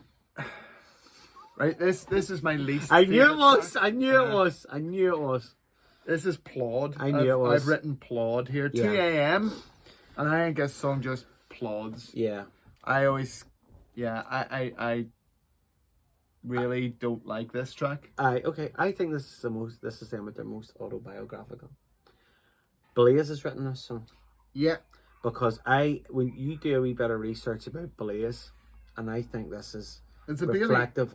Yeah, Bailey but Gers, I think he's written the lyrics, isn't it? But he's written the lyrics. I think he's written the lyrics. I think you're right about that. Sure, I think because you're right about Blaze's life Mm-hmm. was not an easy life and not an easy upbringing, and his job, where he sort of talks about at length, is being a night porter, Mm-hmm. and the times from 2 a.m. to 5 a.m. Yep. when he was able to put his records on, and that. And I think there's a wee bit of that. Mm-hmm. You know what I mean? A wee bit of, you know, here I am again. You know, know. yeah, fair enough. But I think that's definitely it showcases Blaze as a writer, as a lyricist rather than Steve as a lyricist, because even though Steve has been very, very raw and put his heart on the page here, mm-hmm. you know, that one I think is Blaze's. It's a Blaze one. Chance to do that, you know. Fair But you point. know, there's a wee bit of a very light and shade to put in there. Breakdown the middle's a wee bit strange, but you know, again, this is where I start to struggle with listening to the album on a full listen. Yeah, I think it personally, something I'll come to at the end of this, I think it beggars belief that this track made it onto the album over Judgment Day, for example. Okay. Yeah, absolutely. I still, how many years later, can't get my head around that. More than 25 years. I just don't understand how on earth the whole band sat there and went, 2 a.m. is better than Judgment Day. Yeah. How can they think that? It's just, absolutely. You know, like one's a great track and the other one's plod. Yeah. And I just don't get for the life of me how Steve or any of the rest of them came up with that decision, or just as of the piece. Really strong, upbeat. It would be track. interesting to find out how they make the decisions in this, you know, because I, you know, never had an issue with track listing before. No, but there's a huge issue with track listing here. But I'll come to that at the end, which will be very shortly. But 5 minutes 38. That feels like about 25 minutes. Yeah, absolutely. I really just don't get this song at all. You would need to be sort of 2 a.m. and off your face to get to this song. It's not Maiden. No, it's not. You know, this isn't. It just doesn't come across like a Maiden track to me. It's Far Cry. And it's just, where's the excitement? Where's the punch? Where's the fury? Where's the, you know, that's what Iron Maiden are. You know, you said about maybe biographical, but Maiden are, you know, where's the storytelling, the drama? You know, this, it's just not there. It's currently recording Skunkworks. Well. Track 11. Track 11. The Unbeliever. Yep. I like this track. This is a superb track. Yeah. That is weird. It's different. It's different. It's a really progressive song. It is proggy as hell. Yeah. Absolutely. I have here almost like a Rush song. You know what I mean? It's really proggy. Yeah. Weird with the drums and bass. I think I was hitting my water bottle, but I wish I had like the wee bell end of a cymbal, you know. Yeah, that's quite interesting. I think this is a very interesting track, because of the time signatures. The shifts in gear, changes it has all the way through. Although, well, you know, I would criticize it in a way, Andy, because I think it goes to there and then it just goes right back to the start again. But you know, there are in that period, there in that sort of 5-minute period, you know, it's back to the start. But you know, it is quite an interesting track. I don't particularly like it though, I have to say, but you know. You do like it. I do. I have a lot of time for this track, and one of the reasons why is there's all those interesting, colourful elements in it. It's ambitious, but the chorus is well, the chorus is just like the chorus is great. Yeah, the chorus is great. Is Blaze, Brave New World is knockout on the you know. That all my life, but it's really his singing sounds so powerful. You know, really let my faith slip away. That it sounds great, you know, and you kind of going now that's what that lineup should be delivering, track after track after track. Yeah. And yet it's a patchy. You know, if you were able to get Unbeliever and Blood on the World's Hands and just smush them together. No, but if you, I think the elements of those two together would be an amazing song. I just think production. Again, with heavier production, this song would sound better. But I don't think it suffers as much as Blood in the World's Hands. And I like also the breakdown, for the little solo bit, you know, with I left it. Yeah. I like that. Yeah. There's a lot of different interesting musical passages in this track. No, I don't have any. It's a good way to end structure of the song. No, I don't. Well, I just kind of think it repeats itself. But to be honest with you, I don't particularly. It's just it doesn't really fill me with much. I've had that. The chorus is great. I've had the intro's weird. I think, but you know, it's interesting. I suppose better saying interesting than weird. But and it's got that, as I would say, the Brave New World sort of chug. We've had that already. Yeah. I also think was it Judgment in Heaven a bit too. So. Yep. And lyrically, it kind of, you know, it's the theme of the album, isn't it? About faith, belief, you know, doubting oneself. That's the theme throughout the album. Yeah. And I suppose it rounds the album off. I suppose it does round the album off quite well. On that point, I think this is one of the stronger tracks in the album. Do you? Okay, I wouldn't, but then I don't think there's any tracks on here which are particularly strong, apart from Sign of the Cross, really. A few that I like, but you know, I was sort of thinking about this, Sandy, and I don't know where I know you probably haven't thought about it. If we're going to do a top 10 of the 90s, I think we should do a top 10 of the 90s, right? Yeah, because we did one of the 80s. Well, we did ended up top 5. We did it. I did it wrong, and you did it differently. But I think if we do it that way, I think there could be quite a few songs obviously on this that would make it. But it's kind of hard to pick it out. I wouldn't pick that one, to be honest with you. But you know, I do think, you know, it's an interesting track. Yeah. It does have DNA for the future as well. Yep. You know? No, it wouldn't be. You wouldn't say it's one of the worst tracks, would you? No, I just don't particularly like it. I'll tell you why I don't particularly like it, because of where it is in the on the album. I do think it should be beefed up a bit, or put up a bit further. Yeah. So I think really, as you're probably picking up, both of us, I think, have a real issue with the track listing. Yeah, and I can't believe. And have you written out what you think it should be? Yeah.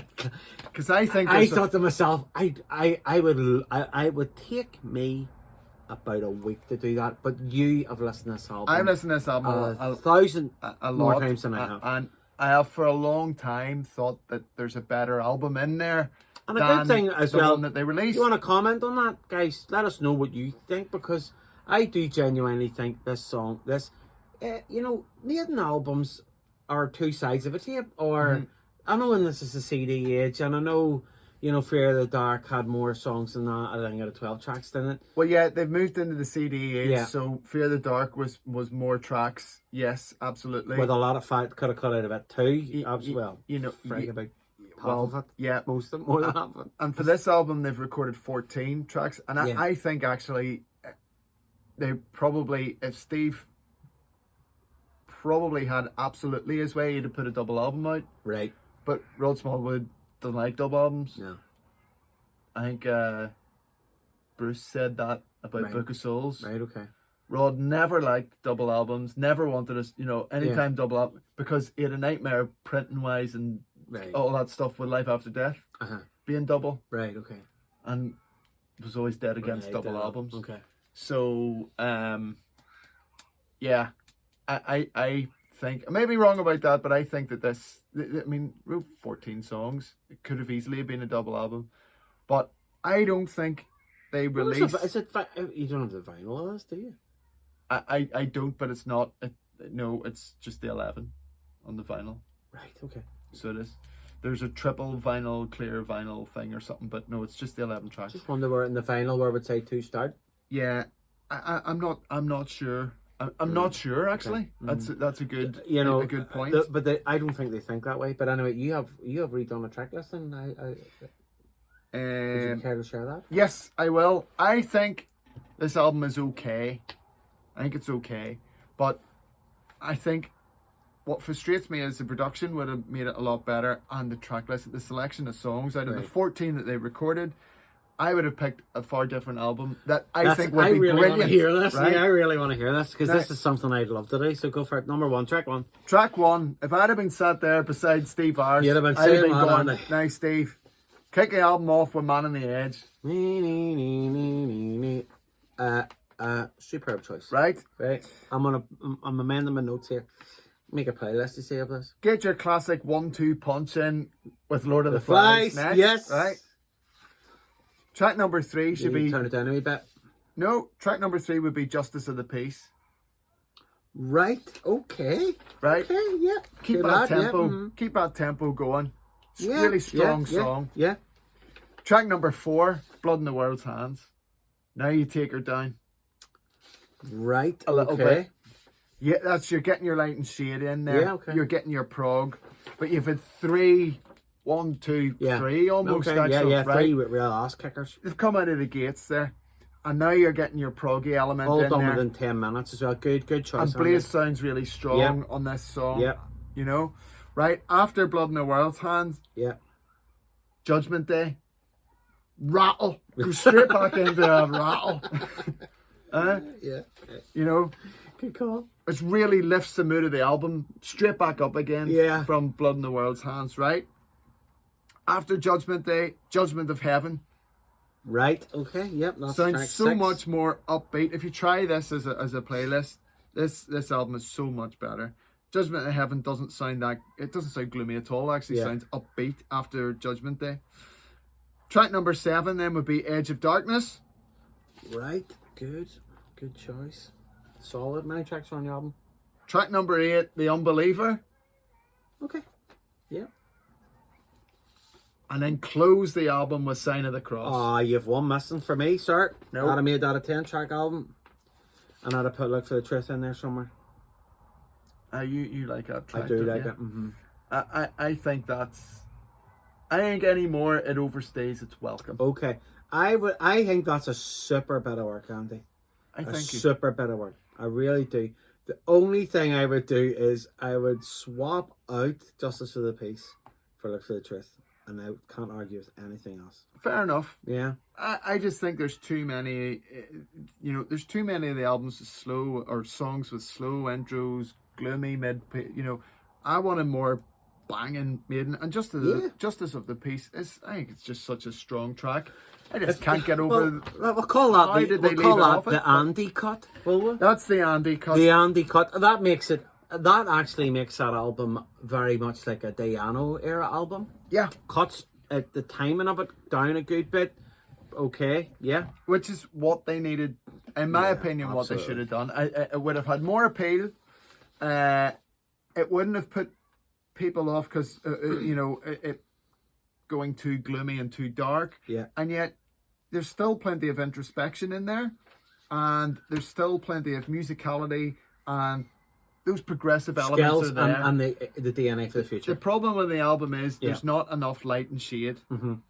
There's only one fast track on it. That's right. There's just not enough, and the production doesn't have enough weight to carry the slower tracks, or certainly a lot of the slower tracks, and therefore it comes across as mid-paced plod. Okay. And I think that's the major problem I have with the album. Nothing to do with the singer. Obviously, a lot of people have who have issue. I'm kind of talk about the X Factor, and it's immediately like, oh, it's because it's Blaze. The issue with the album for me is nothing to do with Blaze. I think he does a really good job on it. It's to do with how the album's produced, and it's to do with the choice of songs. Yeah. The direction that Steve has put the album. That's my issues with it. Okay. What about the Eddies? Eddies. So, I actually don't have an issue with the Eddies. A lot of people have. A lot of people seem to. I don't, and I didn't at the time. No, I think the Eddies are actually really cool. They're I think different. the Eddie is really, really cool. Yeah. I suppose we can just do that. Yeah, I'll flip it up in the mix too, but there you go. We've all got that there. And chewing gum Eddie, as I call them, as I smell it. the second one, which was supposed to be less controversial. Yeah. So I think I actually really like the Eddie. It's done by Hugh Syme. Is that We what did a lot of the Rush album covers. Yeah. And I think it's very metal looking. I guess it ties in with the album being looking at oneself. Yeah. Looking at your own head. Dissecting. Yeah. You know, so from pain. The album cover screams pain as well. Yeah. And suffering. Yeah. Totally. Yeah. So, and it still looks like Eddie. Yeah, it does. You know, even though it's not in the comic book vein, but it reflects where the band is at. It reflects the more, I suppose, serious nature of the album. Yeah.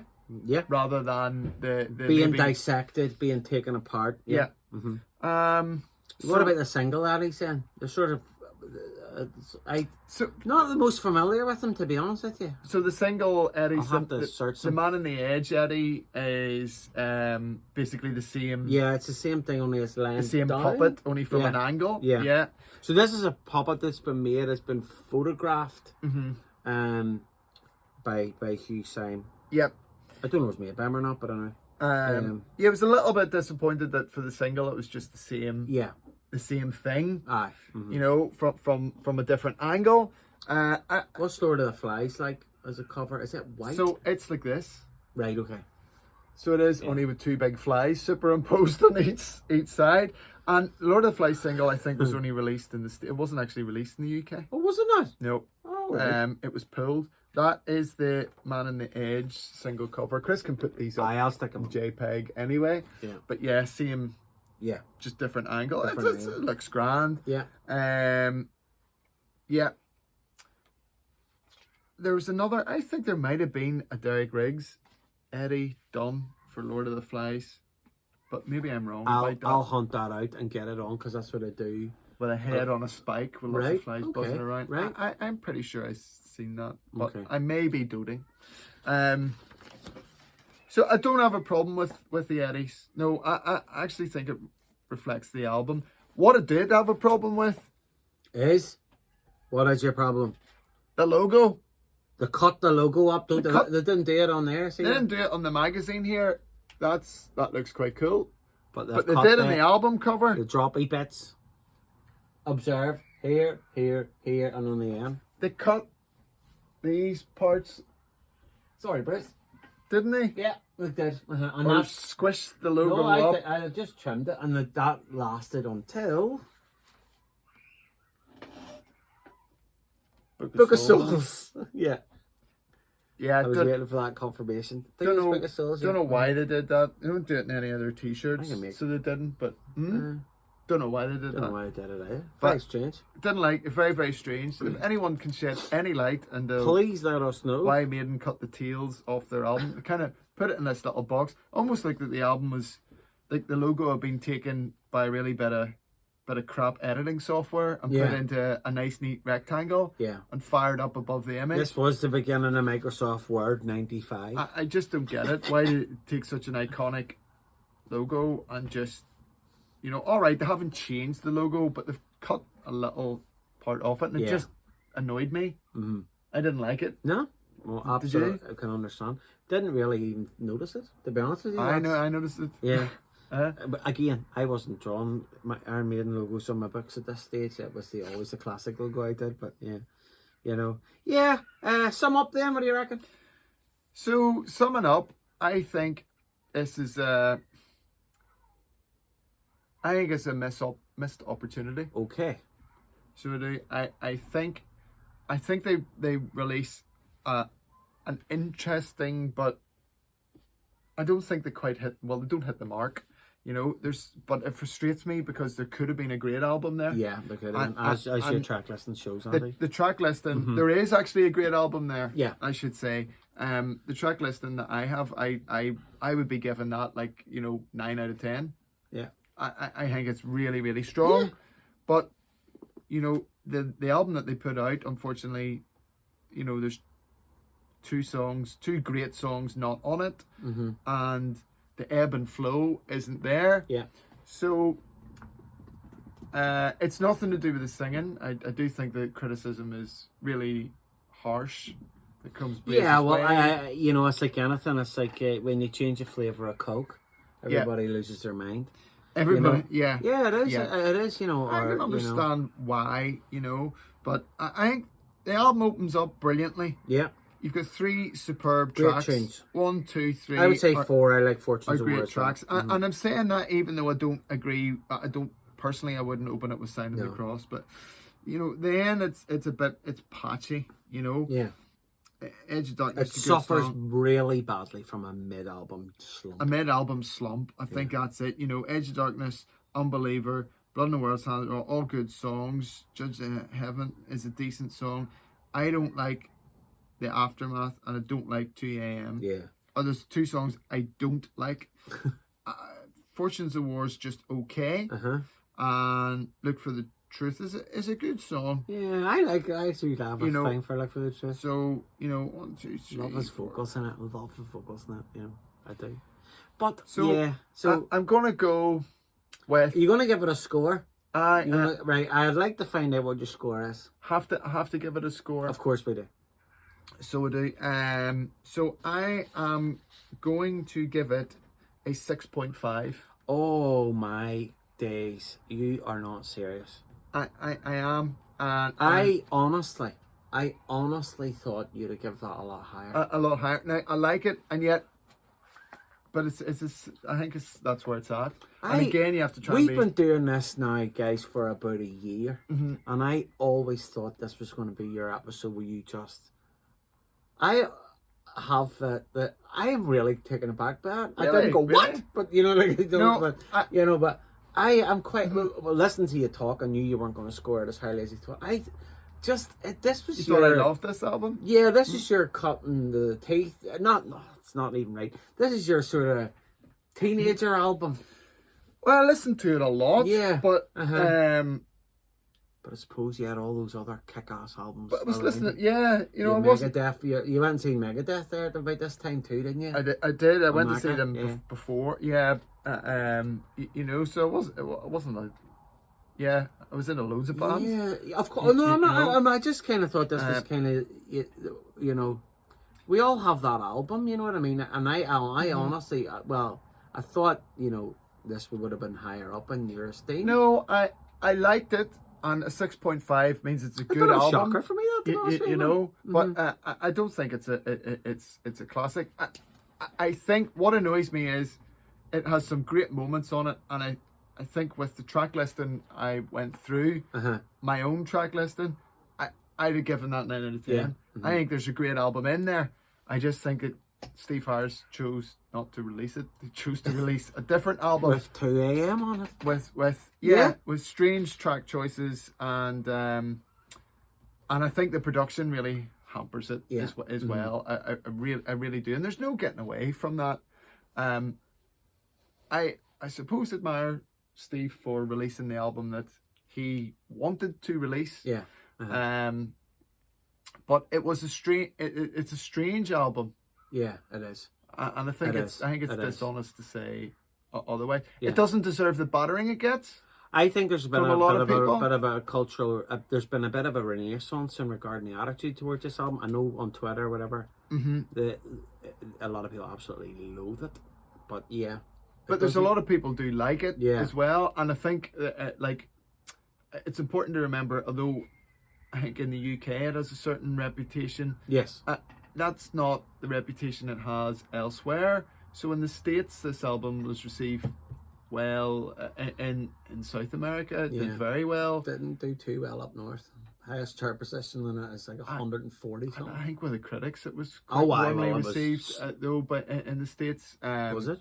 Yeah, and I think it reversed. I think it reversed there. I think it did better than Fear the Dark, honestly. Billboard chart position on it compared to Billboard. No, I don't think I'm with him. I think it says. But like facts, you know. Anyway. Anyway. So, I'm really surprised you gave that a 6.5. I'm really surprised. Because that's exactly the score I was going to give it. Is that that's what you give it as well? Yeah. 6.5? 6.5. Same. So, right. dead easy to point up. But I'll tell you, I want to talk about it a bit more. I want to give you a couple of minutes. I'm going to give you my 2 cents on it, right? This album has a powerful... Sorry, I was trying to look for something there. I'm listening to you. Well, I'll stick it up on I'll put it up here. I'll insert it here right now, right? So, the chart positions. So, right. Yes. This album is an enigma. Are you reading this? I think this is probably the most important Iron Maiden album released since Number of the Beast. What? Why? Mm-hmm. Okay. Why? I can't believe I'm saying it because it's a 6.5 album. It's a 6 album. You know, it's not a classic. It's not going. It's a good album, but it's listen not to it on YouTube or go and download a couple of tracks, couple of great singles. Do Andy's mix of it. It'll be a far better album. But I believe strongly in that. In the 90s, this is the turning point, right? There are a couple of things that had to happen. Bruce had to leave. Bruce had to leave for Blaze to come in, right? Blaze had to come in, and he saved Maiden, I think. You agree or disagree? I think Blaze's role is very underestimated. Most important Iron Maiden album since Number of the Beast. I don't know if I'd say save Maiden. So he played a role in saving Maiden. Okay. I'll put yes, right. because he kept her lit. Right. Well, I'll tell you why I believe he saved Maiden. So that's reason number 1. All right. Reason number 1 is Bruce had to go, Blaze had to come in. Steve had to weather the band. And Steve had to weather the 90s because it was not their time. But I think musically and looking forward, you can draw tracks from obviously Virtual Eleven, Brave New World, and all the others since. So you're talking 25 years. This is the touchstone for the next 25 years.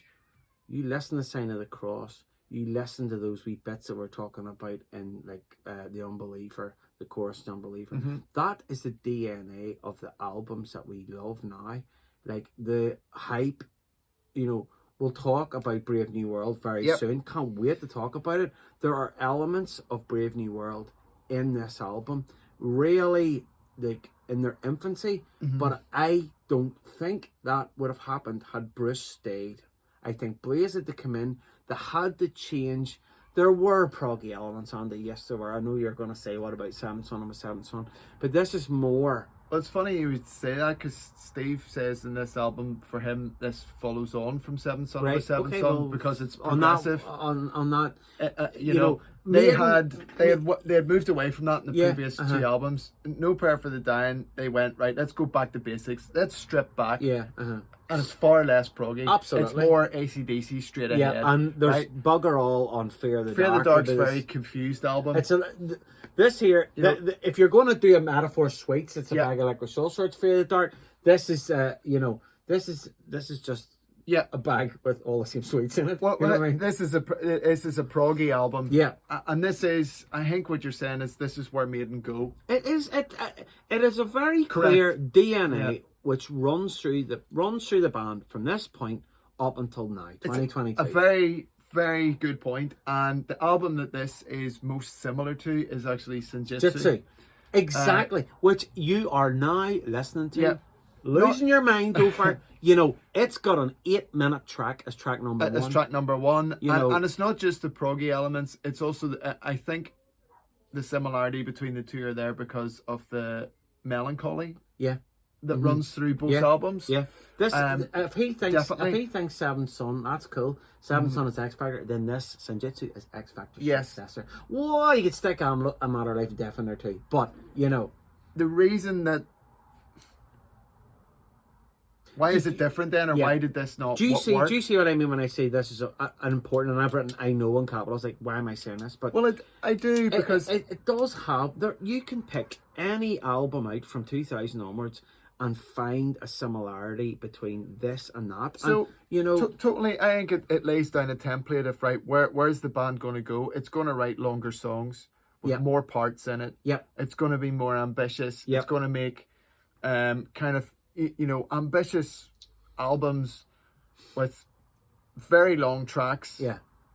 It's going to go down a prog direction. There's going to be less of the shorter stuff. We're not going to retread the stuff we did in the 80s. Yeah. Yes, this is the first step in that direction. Yeah. Absolutely. Yeah. And taking elements of their proggier stuff from the 80s. Yeah. But, right, let's make bigger, longer albums that way. Absolutely. But the flip side of that is that clearly there's issues with it. Massive issues. One is the production. Yep. There's a track list. They correct that. Yeah. Brave New World, the production onwards is brilliant. So that is obviously a thing that they correct. I suppose production covers an awful lot of that, because it's to do with it was your track guitar list. Tones. Power. The drums being too loud, the bass maybe coming to the fore too much, and just getting lack of harmonizing in the vocals. Your moments right, because on this album when they're going powerful, the production hampers it, and at times when they're going more atmospheric, the production hampers it. Production's such a part of absolutely enabling you to sound a certain way. And I do think though they have also added more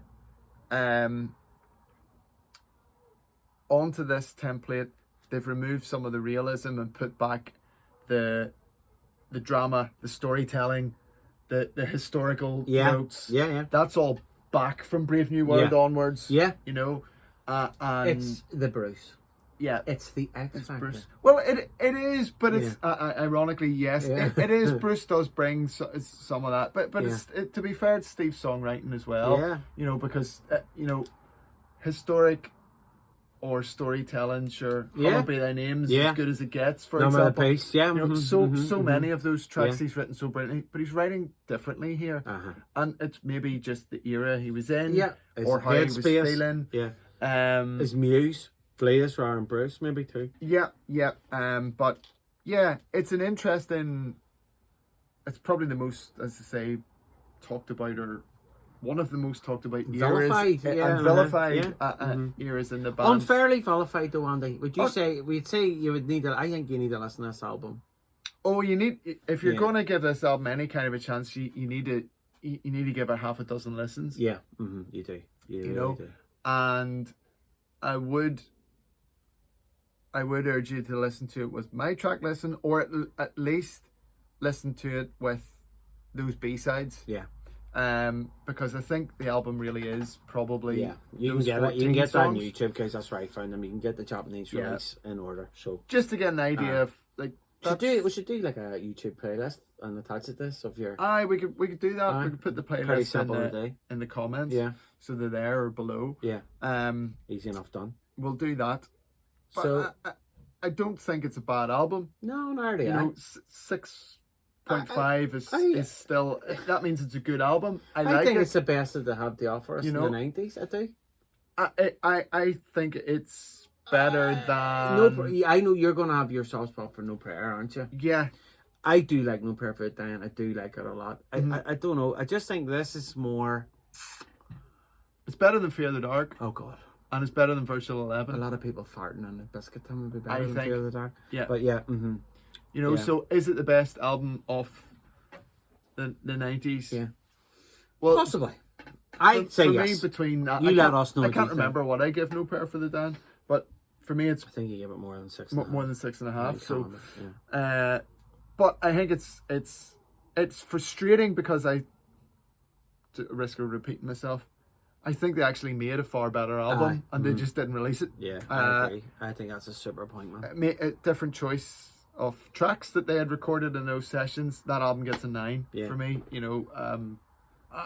That's what this playlist The Andy would have cut, given me. the Andy cut gets a 9. The Andy factor. The Andy cut of the X Factor, yes, would have got a 9 out of 10, which is a really high score. Yeah, it is. A really high score. Yes. So And by far and away the best album of the 90s. by far and away it would have been, but they didn't put that album out, and I couldn't rate that And album. So. when we do go back to do the top 10 of the 90s, it'd be cool to see how many of these are on it. Yeah. Yeah. Yeah. Anyway. So yeah.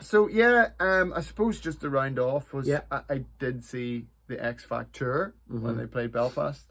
The set list. You got your phone now? You bring it up. I actually don't have my phone. Would you believe I left it in the house? Right. It'd be yours. Mine's All right. Mine's right there, folks. We're using it to record. No, I don't have it. So we can't look up the set list. No. I remember it opening with Man on the Edge. Yeah.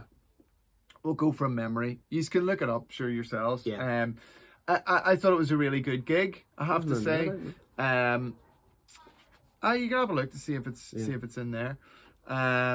Andy's brought his fan club magazines with him. It might be. They opened up the show with Man on the Edge, which was brilliant. They Rothschild here's some of it here. So Man on the Edge. Rothschild. This is the Brixton Academy gig. Yeah. Where Bruce Dickinson sent Bliss 2 yellow bricks. The Yellow Brick Road reference. Yeah. So Man on the Edge and Rothschild. Yeah. Which perfect for Blaze's voice. Blaze sounds great singing Rothschild, actually. Heaven Can Wait, I thought he struggles with. Yeah. This is going to be the issue we talk about later on. And this will be the issue that we talk about. Episodes. Another thing about this era is, and I think unfairly, a lot of it's chucked at Blaze, when really I think Steve Harris has to take the rap for this. Yeah. You know, why they're picking Heaven Can Wait to sing. Yeah, there's a lot of choices here which are very strange. If you're going to go with this guy, you've picked this guy as a singer. Yeah. You know what he can do. Yeah. You also are bound to know what he can't do. What he can't do is limitations. You know? So why are you then turning around and saying, here, sing Heaven Can Wait? Yeah. When it's quite clear that, you know, it's not in the guy's range, you know? So, and that's no disrespect to Blaze. You're going to have to hear Under the Hills. You're going to have to hear The Trooper. You're going to have to hear Hallowed Be Thy Name. And, he manages those. He does his own wee bits, you know. So some of the Bruce songs he sounds really well on, some of them not. It's more a Paul singer. Yeah, yeah. His range is somewhere in between. And I find it odd that they didn't do a little bit more Paul Di'Anno stuff. Yeah, I know. Which I think's strange. I know Steve Harris said in an interview that Blaze really wanted them to do Phantom of the Opera. Yeah, Never did it. No. And it would be perfect for his voice. And he just sounded great in it. Yeah, you know. So he wasn't helped at times, I think, by some of the band decisions. I believe that. Anyway, Heaven Can Wait. So Heaven Can Wait. Lord of the Flies. Class. Then Fortunes of War. Okay. Sign of the Cross. Lovely. Fear the Dark. Clairvoyant. Iron Maiden. Number of the Beast. Hallowed Be Thy Name. The Trooper. Though it does say something about a few tracks from the X Factor, because they did play Blood in the World's Hands and Edge of Darkness should have been in there as well. Tight set. Heavily lent in the classics at the end, isn't it? Heavily on the classics. I mean, you know, he could sing Number of the Beast. Well, yeah, I think he was Fear the Dark. He was good at too. Yeah, but the Trooper, not too hot in the Trooper. Not too hot in the Trooper. I do think that's a difficult ask though, and this is where it was really, really tough. Yeah, you know, it's Bruce Dickinson. Yeah, no. You know, absolutely. You're asking. You know, could anyone else sing it? Yeah, you're basically asking you to go and sing the Queen. You know what I mean? I don't mean that. I'm being flippant, Andy, no, but you know what I mean? I mean, it's not just about hitting the notes. Yeah. No one else is going to sound. It's Bruce Dickinson's song. Yeah. You know, it's so iconic. I just think it's such a big, you know. You could say that for Around the Hills as well, I suppose, couldn't you? And, a lot of them, and this is why it was such a tough. And they didn't. Just so tough. It didn't help them. as much as they should have. I think, I don't know. No, I think that too. I think they could have managed it better. Yeah, absolutely. And I think Blaze was thrown in the deep end a wee bit and exposed at times. Yeah. When really, with a little bit of care and a little bit of thought, Mm-hmm. you could have avoided a bit of that, you know. Yeah. I think just the song choice could have been tailored Mm-hmm. a bit. And that's not to say you dodge your classics. I mean, I think he could sing enough of the classics well for them to have done that slightly differently. Yeah, done a gig which would have appeased but the not diehards and it. Yeah, I mean, another song they did was The Evil That Men Do. Yeah. And it was just too high for them, you know? Yeah. You know, and yet they could have picked lots of other stuff. Yeah, they could you have, know? really. Why didn't they do Killers? Why didn't they do Killers? You know? Love Killers. Why didn't they do Prowler? Why didn't they do, you know... Did they do Sanctuary? Sanctuary? Yeah. Why didn't they do Sanctuary? You know, why didn't they do... I don't know. There's lots of stuff. 22 Acacia Avenue, he'd make a good festive. Yeah. They ended up doing Afraid to Shoot Strangers, didn't they? He's great at Afraid to Shoot Strangers. Yeah, I think it sounds like I was sweating for him rather than Bruce. Yeah, honestly. yeah. I think I've said that before. You know, so this is the thing with this era. It could have been managed a lot better. Yeah. I think. Yeah. I think. But I went away from that show very pleased. I caught Nico's drumstick and everything. I met Nico and Steve after. They signed autographs for a lot of fans and stuff. The onstage Eddie was cool. They brought Eddie out in the electric chair. Yeah. And Blaze is kind of going like this and goes over and flips the switch and fries the Eddie. So they put on a really good show. And I went away thinking that was an Iron Maiden concert. Yeah. I remember thinking that, going, that was a Maiden concert. They've done it. Yeah. You know, I was pleased. Yeah. So, I love this in it. Yeah. In hindsight, you'd asked me to go in 96 or whenever it was, I'd have been, nah. Yeah. No way. You were wearing a lumberjack vest and listening to Yield or something, were you? Or 10 or something? Pearl Jam, yeah. No, and then I was starting to get into Britpop. Yeah, we will not talk about that. Yeah, see, I never liked the Britpop thing. Form is temporary, class is permanent. You know, grunge I never had an issue with. I never really saw the big difference between it and metal, to tell you the truth. It was sounded like good rock music to me. Put those to one side just for a while, But I have to say, coming up, I take it all back out again. 98.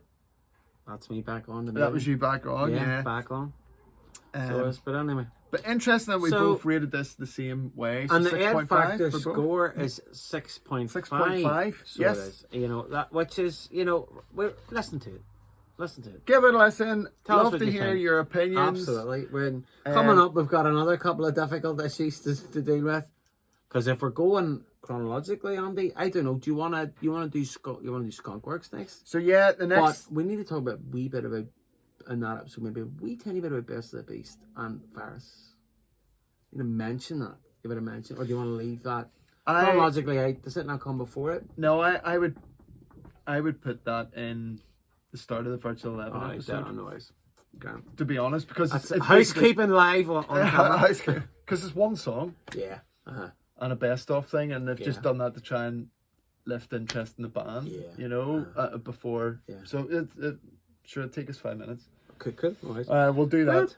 So we're going to hop over channels, and we're going to hop over to the Dickinson Express. Yeah, and we will be back for a review of Skunk Works. Yeah. And then Accident of Birth will follow that before we go on to Virtual 11. Is a Dickie double. Yeah. A deaf Dickie double. Absolutely. So tune in. Let us know your thoughts. Thanks for staying with us for so long on our longest ever episode. So yes, I knew it was going to be. So speak soon. All right. Good night. Bye.